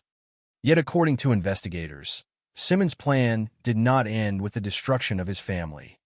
On December 28th, he left the property and directed his attention toward people outside the household, individuals whom investigators believed he associated with personal grievances or perceived mistreatment. The transition marked a significant change in the nature of the violence. Until that morning, every victim had been connected to Simmons through family ties. Once he entered Russellville, however, his targets expanded to include acquaintances from his professional life. Investigators later concluded that the route he followed through the city reflected preparation. Rather than random movement, Simmons drove into Russellville carrying multiple firearms and a substantial supply of ammunition. The weapons had not been gathered impulsively at the last moment. Their presence supported the broader conclusion that the attacks formed part of a sequence planned in advance. Authorities determined that Simmons traveled between several locations across the city, including a law office, a convenience store, his former workplace, and other businesses connected in some way to people he believed had wronged him. Although the attacks occurred over a relatively short period, the movement from one location to another demonstrated that the shootings were not confined to a single workplace or a single confrontation. Instead, investigators viewed them as a continuation of the larger pattern of deliberate violence that had begun nearly a week earlier at Mockingbird Hill. One of the first fatal victims that morning was Kathy Kendrick, a secretary working at a law office. She had no connection to the murders that had already occurred at Simmons' home, and no reason to anticipate the danger that entered her workplace. According to the investigation, Simmons opened fire, killing Kendrick. The attack immediately transformed what had been an ordinary workday into a scene of panic and confusion. Employees and witnesses suddenly found themselves confronted with a situation few had ever imagined. Experiencing calls for emergency assistance quickly reached local law enforcement agencies as reports of gunfire spread through Russellville. Yet before authorities could fully understand what had happened at the first location, Simmons continued moving through the city. Another victim was J.D. Chaffin, identified by investigators as a former supervisor of Simmons. Authorities later believed that Chaffin represented one of several individuals Simmons blamed for personal or professional grievances. Chaffin was shot and killed during the attacks. Investigators emphasized that the available evidence suggested these locations and victims had not been selected at random. Instead, they appeared connected to Simmons' own perception of past conflicts or perceived injustices. Beyond the two fatalities, 4 additional people suffered gunshot wounds but survived. Their survival proved significant for investigators because their testimony helped reconstruct portions of Simmons' movements through Russellville, although each witness observed only a small part of the overall sequence. Together, their accounts helped establish the order of events, confirm Simmons' identity, and demonstrate the deliberate manner in which he moved from one location to another. The shootings generated immediate fear throughout the community. As emergency dispatchers received multiple reports, officers attempted to determine whether they were responding to separate incidents involving different suspects or a single individual moving through town. During the initial confusion, law enforcement understandably focused on preventing additional casualties. At that stage, no one responding to the emergency knew that 14 murders had already occurred elsewhere. To officers on patrol, the situation appeared to involve an active shooter targeting businesses within Russellville. The full scale of the tragedy remained hidden at Mockingbird Hill. Throughout the attacks, witnesses consistently described Simmons as remarkably composed. There were no reports suggesting he behaved erratically or appeared emotionally overwhelmed. Instead, his actions reflected the same calm demeanor investigators would later observe during his arrest. This consistency became another important element in reconstructing the events. Detectives concluded that Simmons was not acting under the influence of sudden panic during the Russellville shootings. Rather, the evidence suggested he was continuing a course of action already set in motion days earlier. Eventually, law enforcement officers located Simmons and confronted him before further violence could occur. The encounter itself stood in striking contrast to the widespread panic his actions had created. An officer ordered him to stop. Simmons responded simply, "Okay." He placed his weapon on the ground and surrendered peacefully. There was no attempt to fire at the officers. He did not try to flee in his vehicle or escape on foot. He offered no resistance during the arrest. For officers accustomed to dangerous confrontations with armed suspects, the surrender was unexpectedly uneventful. Yet it also raised immediate questions. Why would a man responsible for multiple shootings suddenly comply without hesitation? Why had he made no effort to escape after traveling through several crime scenes? Those questions would become even more troubling in the hours that followed. At the time of Simmons' arrest, investigators believed they had likely solved the case confronting Russellville. They had a suspect in custody, eyewitnesses who could identify him, surviving victims receiving medical treatment, and crime scenes that could be processed in the usual manner. Although tragic, the investigation initially appeared relatively straightforward. Detectives expected to determine Simmons' motive by examining his employment history, his relationships with the victims, and any personal grievances that might explain the shootings. As routine investigative procedures began, officers also sought to notify Simmons' family and gather additional background information. That process eventually directed attention toward the isolated property near Dover where Simmons lived. What officers expected to find there was a household shocked by news of the shootings in Russellville. Instead, they encountered something entirely different. The first indications that the case extended far beyond the city attacks emerged as investigators approached Mockingbird Hill. The property appeared unusually quiet. Family members who should have been present did not respond. As officers entered the residence and searched the surrounding area, isolated pieces of evidence gradually formed a horrifying picture. Bodies were discovered inside the home. A large pit behind the residence revealed additional victims. Vehicle trunks concealed 2 murdered children. With every new discovery, investigators realized that the Russellville shootings represented only the final phase of a much larger crime. The man who had calmly surrendered after killing 2 people in town had, in fact, already spent nearly a week systematically eliminating members of his own family. The focus of the investigation changed immediately. Rather than examining only the shootings in Russellville, detectives now faced the enormous task of reconstructing 16 murders committed across multiple locations in several days. Every room inside the house, every section of the property, and every vehicle became potential evidence. Forensic teams documented body locations, collected physical evidence, photographed the scenes, and worked to establish an accurate chronology of events. The investigation would ultimately confirm that 14 victims at Mockingbird Hill had died before Simmons ever entered Russellville. The shootings in town, while devastating in themselves, were only the final chapter of a carefully organized sequence that had begun on December 22nd. As officers continued searching the property, they also encountered heartbreaking reminders of the season during which the murders had occurred. Christmas gifts remained unopened. Holiday preparations had been interrupted forever.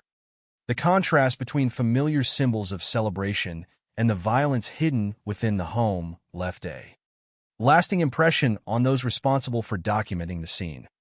Even seasoned investigators later described the discoveries at Mockingbird Hill as among the most disturbing they had ever witnessed. Ronald Gene Simmons had surrendered without resistance because, according to the evidence available, there was nothing left for him to accomplish. The plan investigators reconstructed had reached its conclusion. What remained now was the painstaking process of uncovering every detail, identifying every victim, and understanding how years of isolation, abuse, and control had culminated in one of the most infamous family annihilations in the history of the United States. With Ronald Gene Simmons in custody, investigators initially concentrated on the shootings that had taken place across Russellville on December 28, 1987. Witnesses were interviewed, crime scenes were secured, and detectives began assembling what they believed was a case involving targeted attacks against former co-workers and acquaintances. It was only after officers turned their attention towards Simmons' home near Dover that the true magnitude of the tragedy became apparent. What followed was not simply the processing of another homicide scene, but the discovery of a crime that expanded beyond anything local investigators had anticipated. Every new room searched, every section of the property examined, and every piece of evidence collected added another layer to a case that quickly became one of the largest murder investigations in Arkansas history. The drive to Mockingbird Hill carried none of the urgency associated with an active shooter. Response: Simmons had already surrendered peacefully, and officers expected to notify family members about his arrest while gathering additional background information. Instead, an eerie silence greeted them as they approached the isolated property. The house stood much as it had before Christmas. Vehicles remained parked outside. The surrounding woods appeared still. There was nothing immediately visible from the road that suggested multiple murders had occurred. There over several days. Yet investigators soon realized that the quietness itself was unusual. Family members who should have been present did not answer. As officers entered the residence, the atmosphere shifted immediately from uncertainty to alarm.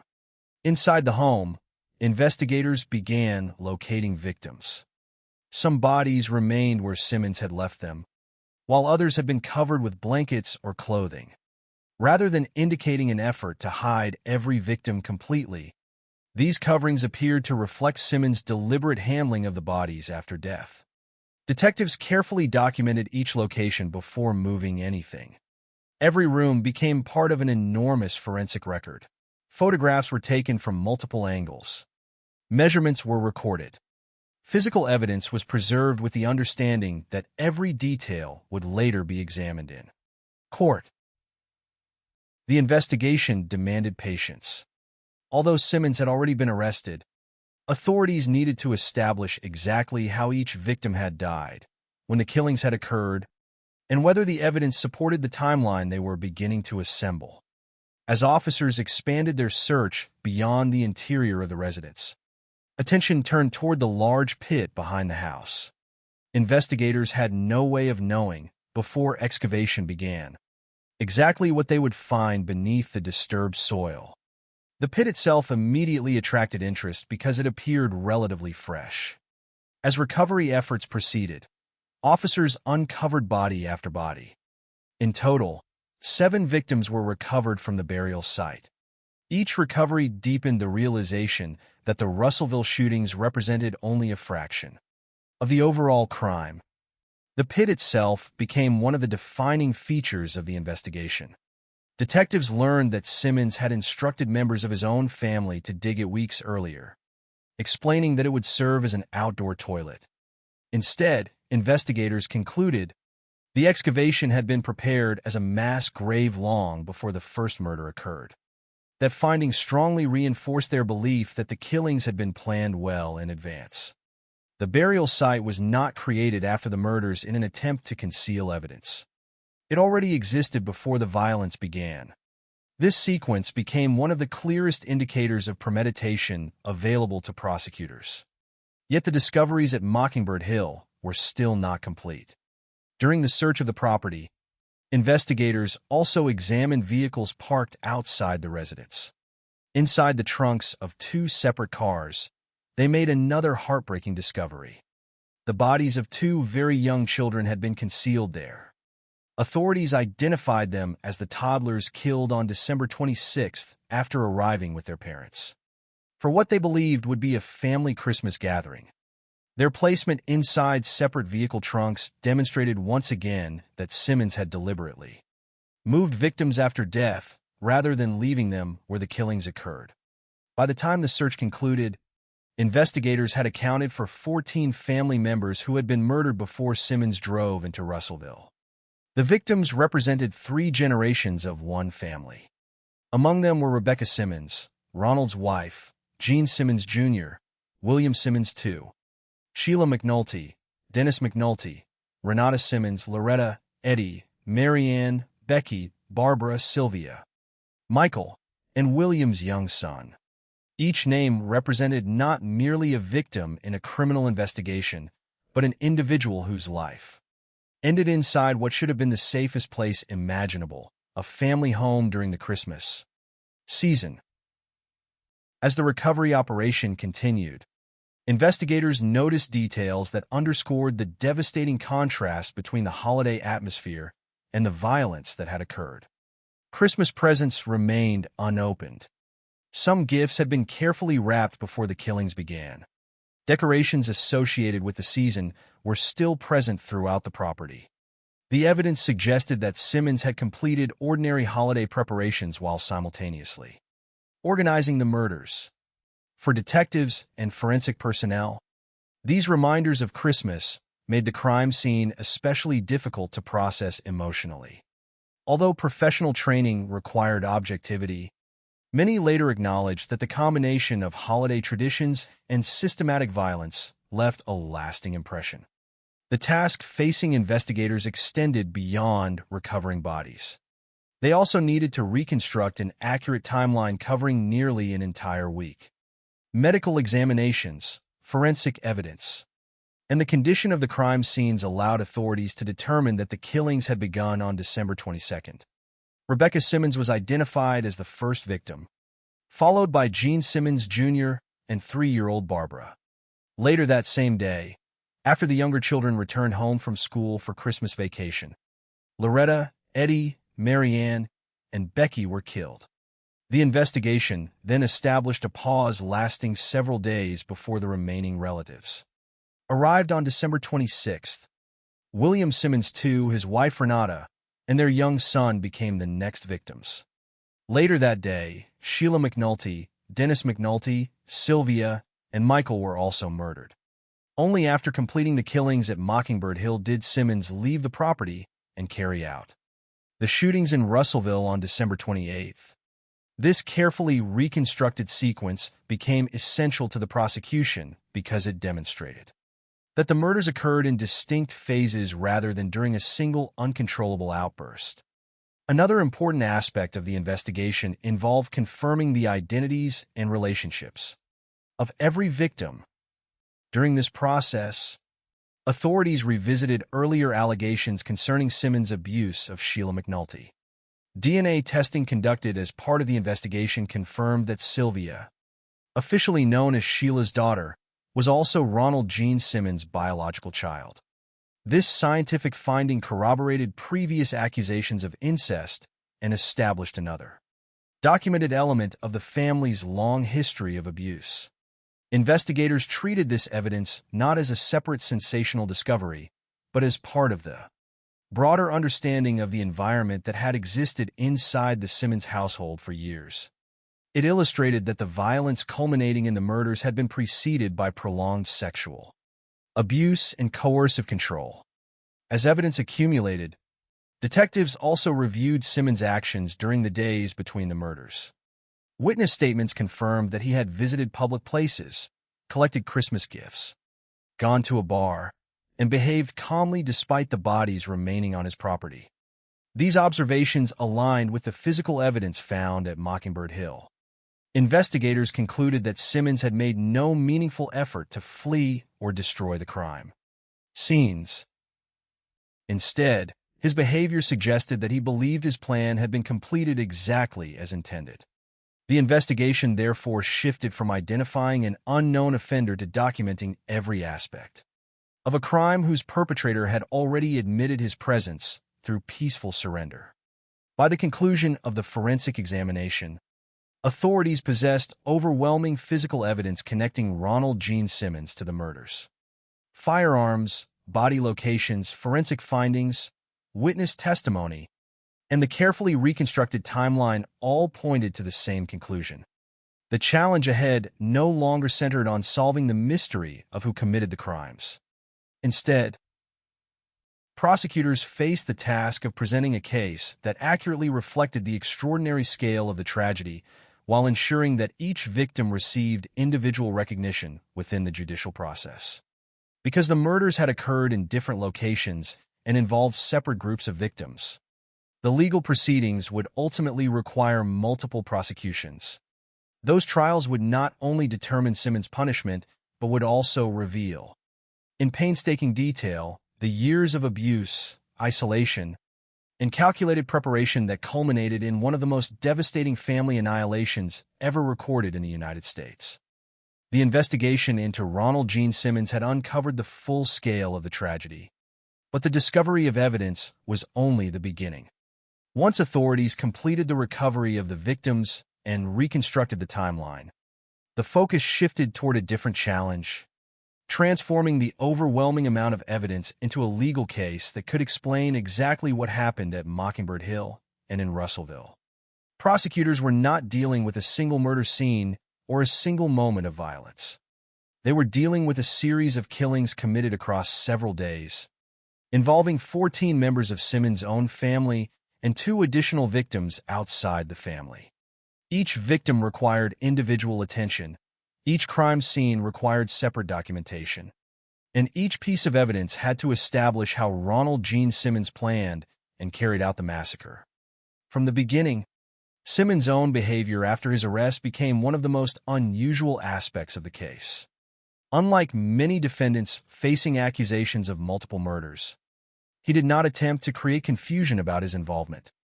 He did not claim that investigators had arrested the wrong person. He did not attempt to escape responsibility by blaming another individual. Instead, Simmons remained largely detached from the proceedings that followed. His calm demeanor, both during his arrest and afterward, became a subject of intense public attention. Investigators and prosecutors emphasized that his emotional state did not change the overwhelming physical evidence against him. The evidence showed a clear connection between Simmons and the deaths at Mockingbird Hill, as well as the shootings in Russellville. The first legal proceedings focused on the murders of the family members. Prosecutors presented evidence demonstrating that the killings had not occurred in a single chaotic episode.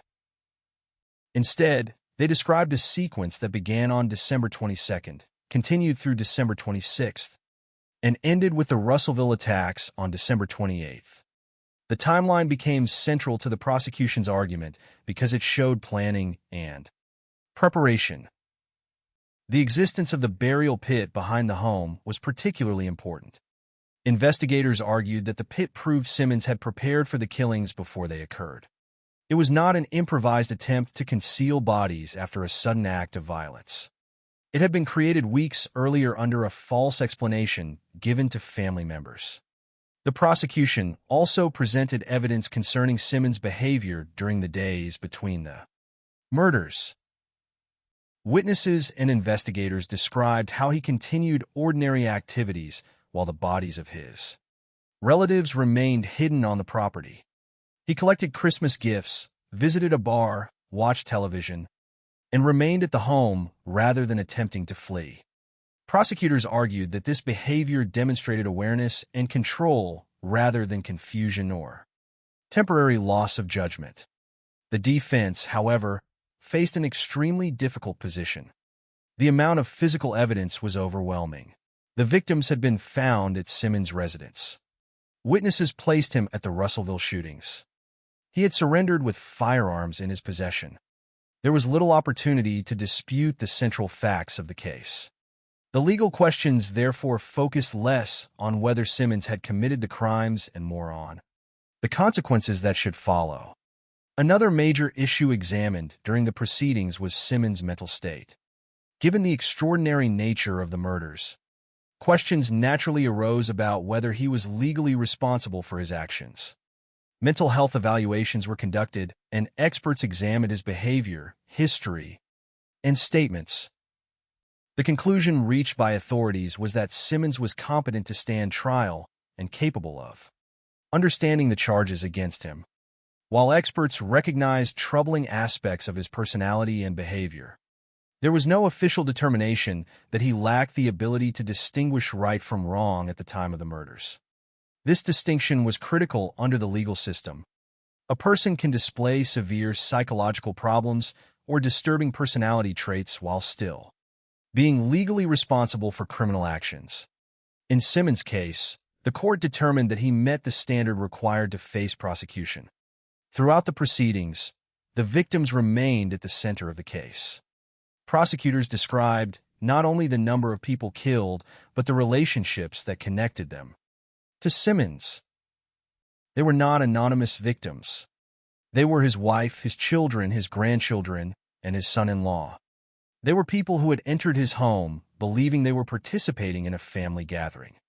The circumstances surrounding their deaths made the case particularly devastating because the victims were not strangers caught in random violence. They were individuals who trusted a family member who had spent years controlling their lives. The earlier history of abuse within the Simmons household also became an important part of understanding the case. Investigators presented evidence of long-term domestic violence, isolation, and the allegations of sexual abuse involving Sheila.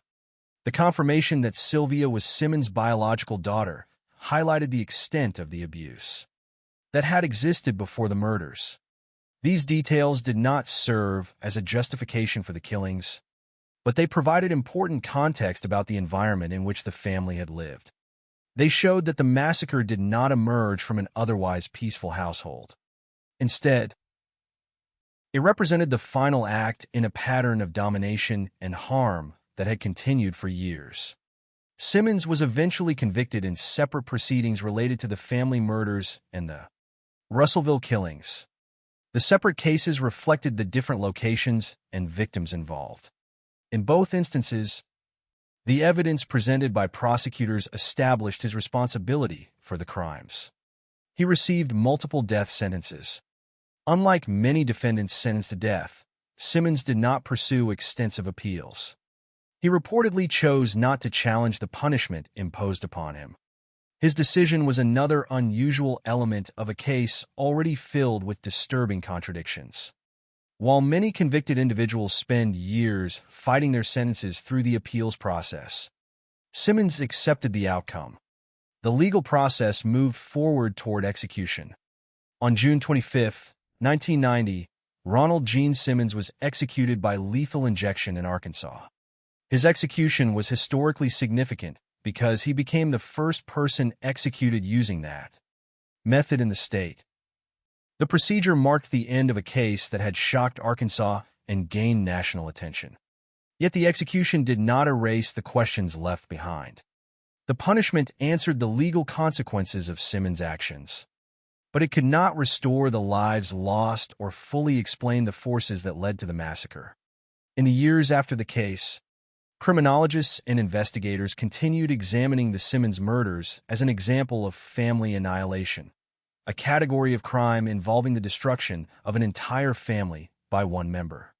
The case became especially significant because of the combination of factors involved: long-term domestic abuse, isolation, extreme control, careful preparation, and the use of a holiday gathering as the setting for the murders.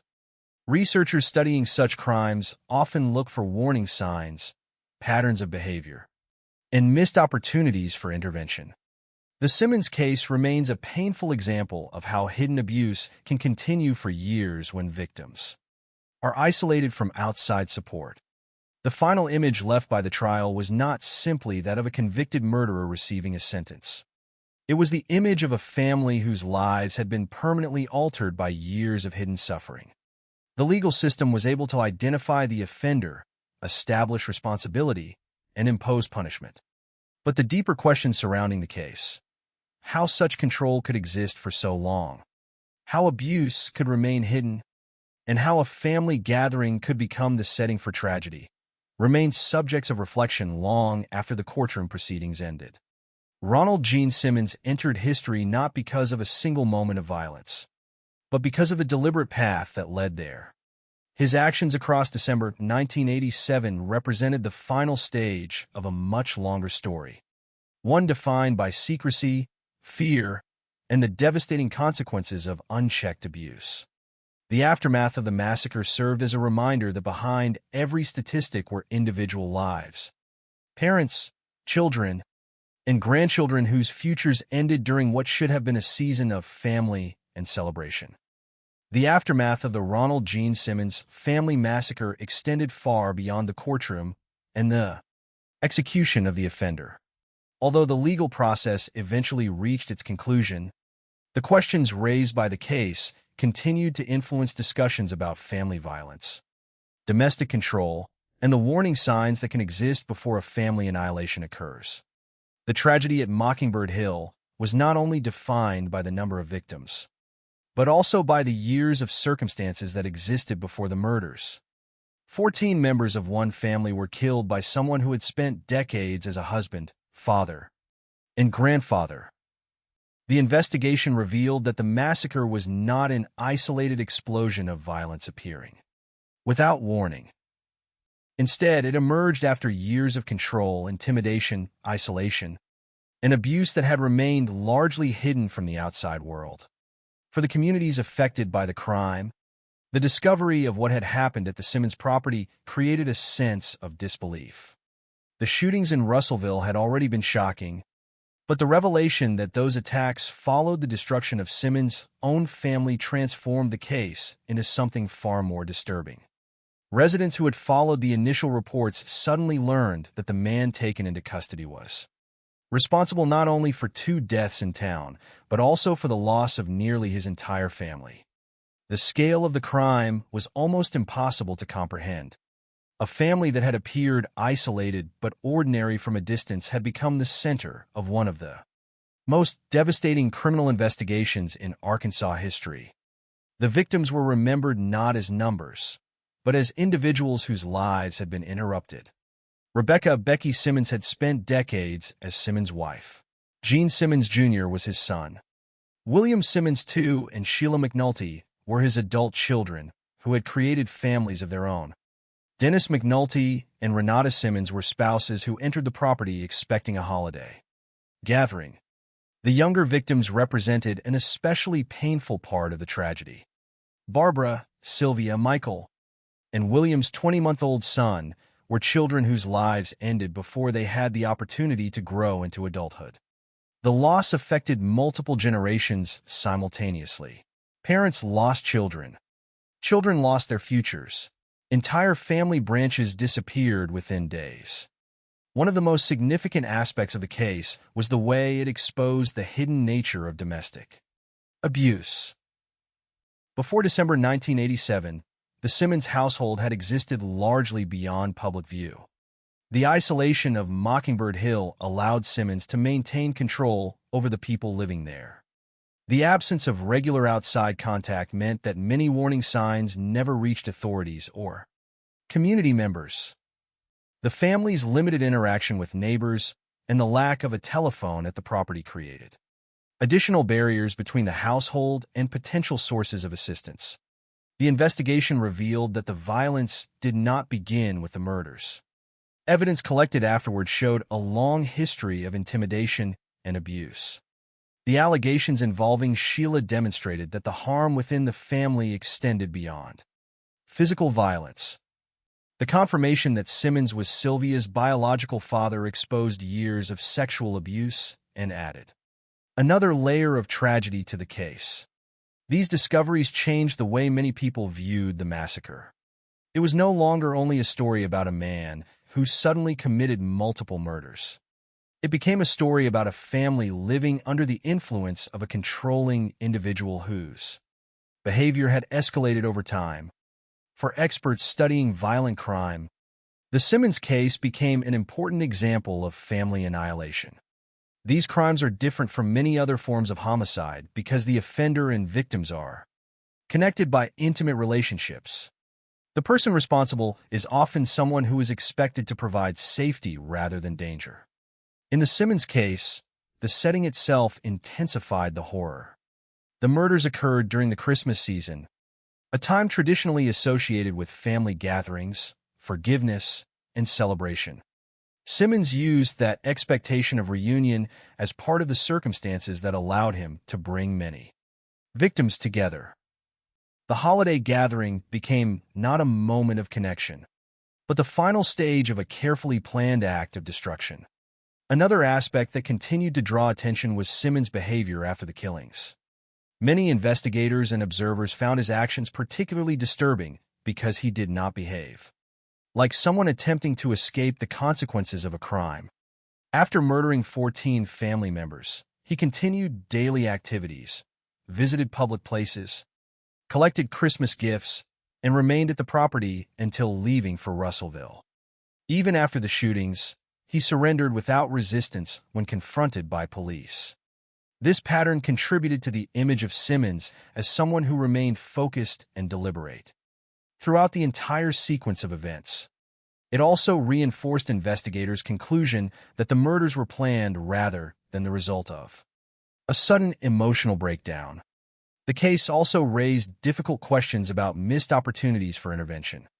The earlier investigation into allegations of incest in New Mexico represented one point at which outside authorities became aware of concerns involving Simmons and his family. However, after the family relocated to Arkansas, the investigation did not prevent the years of abuse that followed. Looking back, the case demonstrated the challenges faced when victims are isolated and controlled by the person causing the harm. Without consistent outside contact, signs of abuse can remain hidden until a tragedy forces them into public view. While it is impossible to know whether any single intervention could have prevented the massacre, the case became part of broader conversations about recognizing patterns of domestic violence and protecting vulnerable family members. In the years following the execution of Ronald Gene Simmons, Mockingbird Hill remained associated with one of the darkest events in Arkansas criminal history. The property itself became a symbol of the contrast between appearances and reality. From the outside, it was simply an isolated home in the countryside.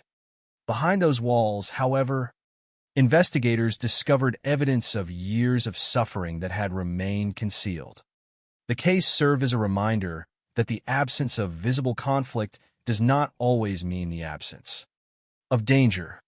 Many families experiencing abuse may appear normal to outsiders because the abuse occurs privately, and victims may lack the ability or opportunity to seek help. The Simmons massacre also demonstrated the importance of focusing on victims rather than allowing the identity of the offender to dominate the story. Ronald Gene Simmons became infamous because of his crimes, but the true human tragedy belonged to the people whose lives he ended. The 14 family members and 2 other victims were not simply part of a criminal investigation. They were individuals with relationships, memories, and futures that were taken away. Remembering them requires looking beyond the actions of the person responsible and acknowledging the lives that existed before the tragedy. Ultimately, the Ronald Gene Simmons case remains one of the most disturbing examples of family violence in American history because of the combination of factors surrounding it. It involved years of hidden abuse, a carefully prepared plan, the destruction of an entire family, and a final series of attacks against people outside the household. The murders were not defined only by their brutality, but also by the betrayal of trust at their center. The person responsible was not an unknown outsider. He was the husband, father, and grandfather within the family itself. Decades later, the case continues to be studied because it represents a devastating reminder of how violence can develop behind closed doors. It shows the importance of recognizing patterns of control, isolation, and abuse before they escalate into irreversible tragedy. The story of Ronald Gene Simmons is ultimately not just the story of a murderer. It is the story of a family whose suffering remained hidden for too long, and whose lives deserve to be remembered separately from the crime that ended them. The story of Ronald Gene Simmons is one that remains deeply disturbing not only because of the number of lives lost, but because of the long path that led to the tragedy. The events of December 1987 were not simply a sudden moment of violence. They represented the final stage of a history marked by control, isolation, abuse, and a carefully organized plan that unfolded over several days. When the investigation was complete, authorities were left with a picture of a family destroyed from within, a household where years of suffering had remained hidden behind the walls of an isolated property in Arkansas. The massacre at Mockingbird Hill became one of the most infamous examples of family annihilation in United States history, not only because Ronald Gene Simmons killed 14 relatives, but because of the circumstances surrounding those deaths. The victims were not strangers caught in an unpredictable act of violence. They were people who trusted him, people connected to him through the most personal relationships possible. They were his wife, his children, his grandchildren, and his son-in-law. The tragedy was intensified by the fact that many of them arrived at Mockingbird Hill believing they were participating in a family gathering during the Christmas season. They came expecting connection and celebration. Instead, they entered a situation that had already been transformed into a crime scene. Looking back at the timeline, investigators found that Simmons had created a plan built around patience and control. The preparations began before the first victim was killed. The pit behind the home, the ammunition purchases, the organization of personal documents, and the timing of the family visits all pointed toward a deliberate course of action. These details became central to understanding that the massacre was not the result of a single emotional collapse. Simmons had spent weeks preparing for what he intended to do. His actions after the first murders reinforced that conclusion. Rather than fleeing or abandoning his plan, he remained at Mockingbird Hill and waited for additional family members to arrive. He continued ordinary activities while the bodies of his relatives remained nearby. He collected Christmas gifts, visited a bar, watched television, and slept in the same home where the killings had taken place. For investigators, this behavior demonstrated a disturbing level of control and awareness. The massacre unfolded according to a sequence that Simmons appeared determined to complete. The investigation also revealed that the violence committed in December 1987 was connected to a much longer history inside the family. The years before the murders were marked by allegations of domestic abuse and extreme control. Simmons had created an environment where family members lived under his authority and where contact with the outside world was limited. The move to the isolated property near Dover, Arkansas, further reduced opportunities for outsiders to recognize what was happening. The discovery of the abuse involving Sheila added another dimension to the case. The allegations of sexual abuse and the confirmation that Simmons was the biological father of Sylvia demonstrated that the harm inside the family extended far beyond the murders themselves. These findings changed the way investigators and the public understood the case. The massacre was not simply a crime committed by someone against his relatives. It was the final act in a history of violence that had affected the family for years. The legal proceedings that followed established Simmons' responsibility for the crimes. The evidence presented by prosecutors was extensive. Physical evidence from Mockingbird Hill, witness accounts from the Russellville shootings, forensic examinations, and a reconstructed timeline all supported the conclusion that Simmons had carried out the murders. He was convicted in separate cases involving the deaths of his family members and the victims in Russellville. The courts determined that he was legally responsible for his actions and sentenced him to death. Unlike many defendants facing execution, Simmons did not pursue lengthy appeals. He accepted the punishment imposed upon him. On June 25, 1990, Ronald Gene Simmons was executed by lethal injection in Arkansas, becoming the first person executed using that method in the state. His death marked the official end of the legal proceedings. But it did not end the impact of the case. The questions raised by the massacre continued to influence discussions about domestic violence, family isolation, and the warning signs that can exist before catastrophic violence occurs. For many researchers and law enforcement professionals, the Simmons case became an example of the importance of recognizing patterns of dangerous behavior before they reach a point of no return. One of the most important lessons from the case is that violence within families often does not begin with the final act. The murders committed by Simmons were shocking, but they were preceded by years of behavior that showed his need for control. The isolation of the family, the reports of intimidation, and the allegations of abuse demonstrated that the conditions leading to the massacre had developed over time.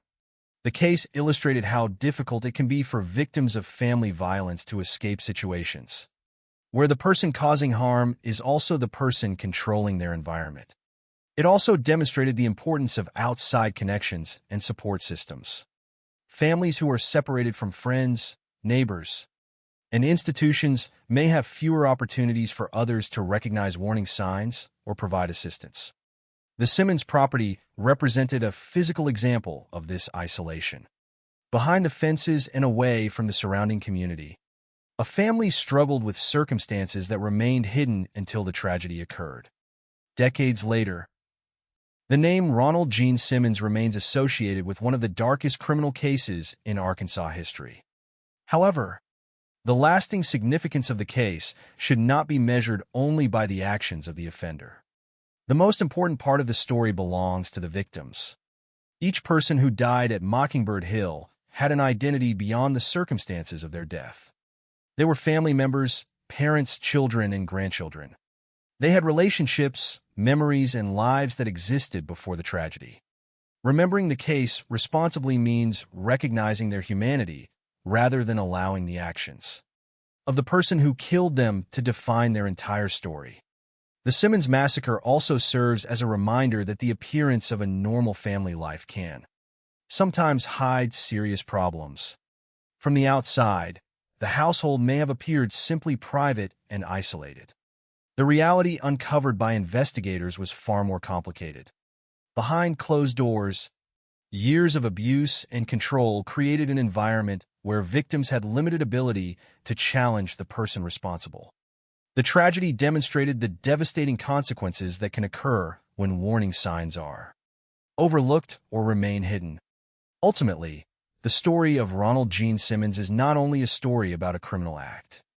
It is a story about the importance of understanding how violence develops, how victims can become trapped, and how communities must remain aware of those who may be suffering in silence. The events of December 1987 cannot be changed. The lives lost at Mockingbird Hill cannot be restored. But the memory of the victims continues to serve as the most important part of this case. Their lives deserve to be remembered not because they became part of one of America's most shocking crimes, but because they were individuals whose futures, relationships, and hopes were taken away. The legacy of the Simmons massacre is therefore not only a record of what happened, but also a reminder of why recognizing abuse, protecting vulnerable people, and paying attention to warning signs remain essential. The tragedy at Mockingbird Hill stands as one of the clearest examples of how hidden suffering can eventually lead to unimaginable consequences, and why the stories of victims must always remain at the center of any attempt to understand such a crime.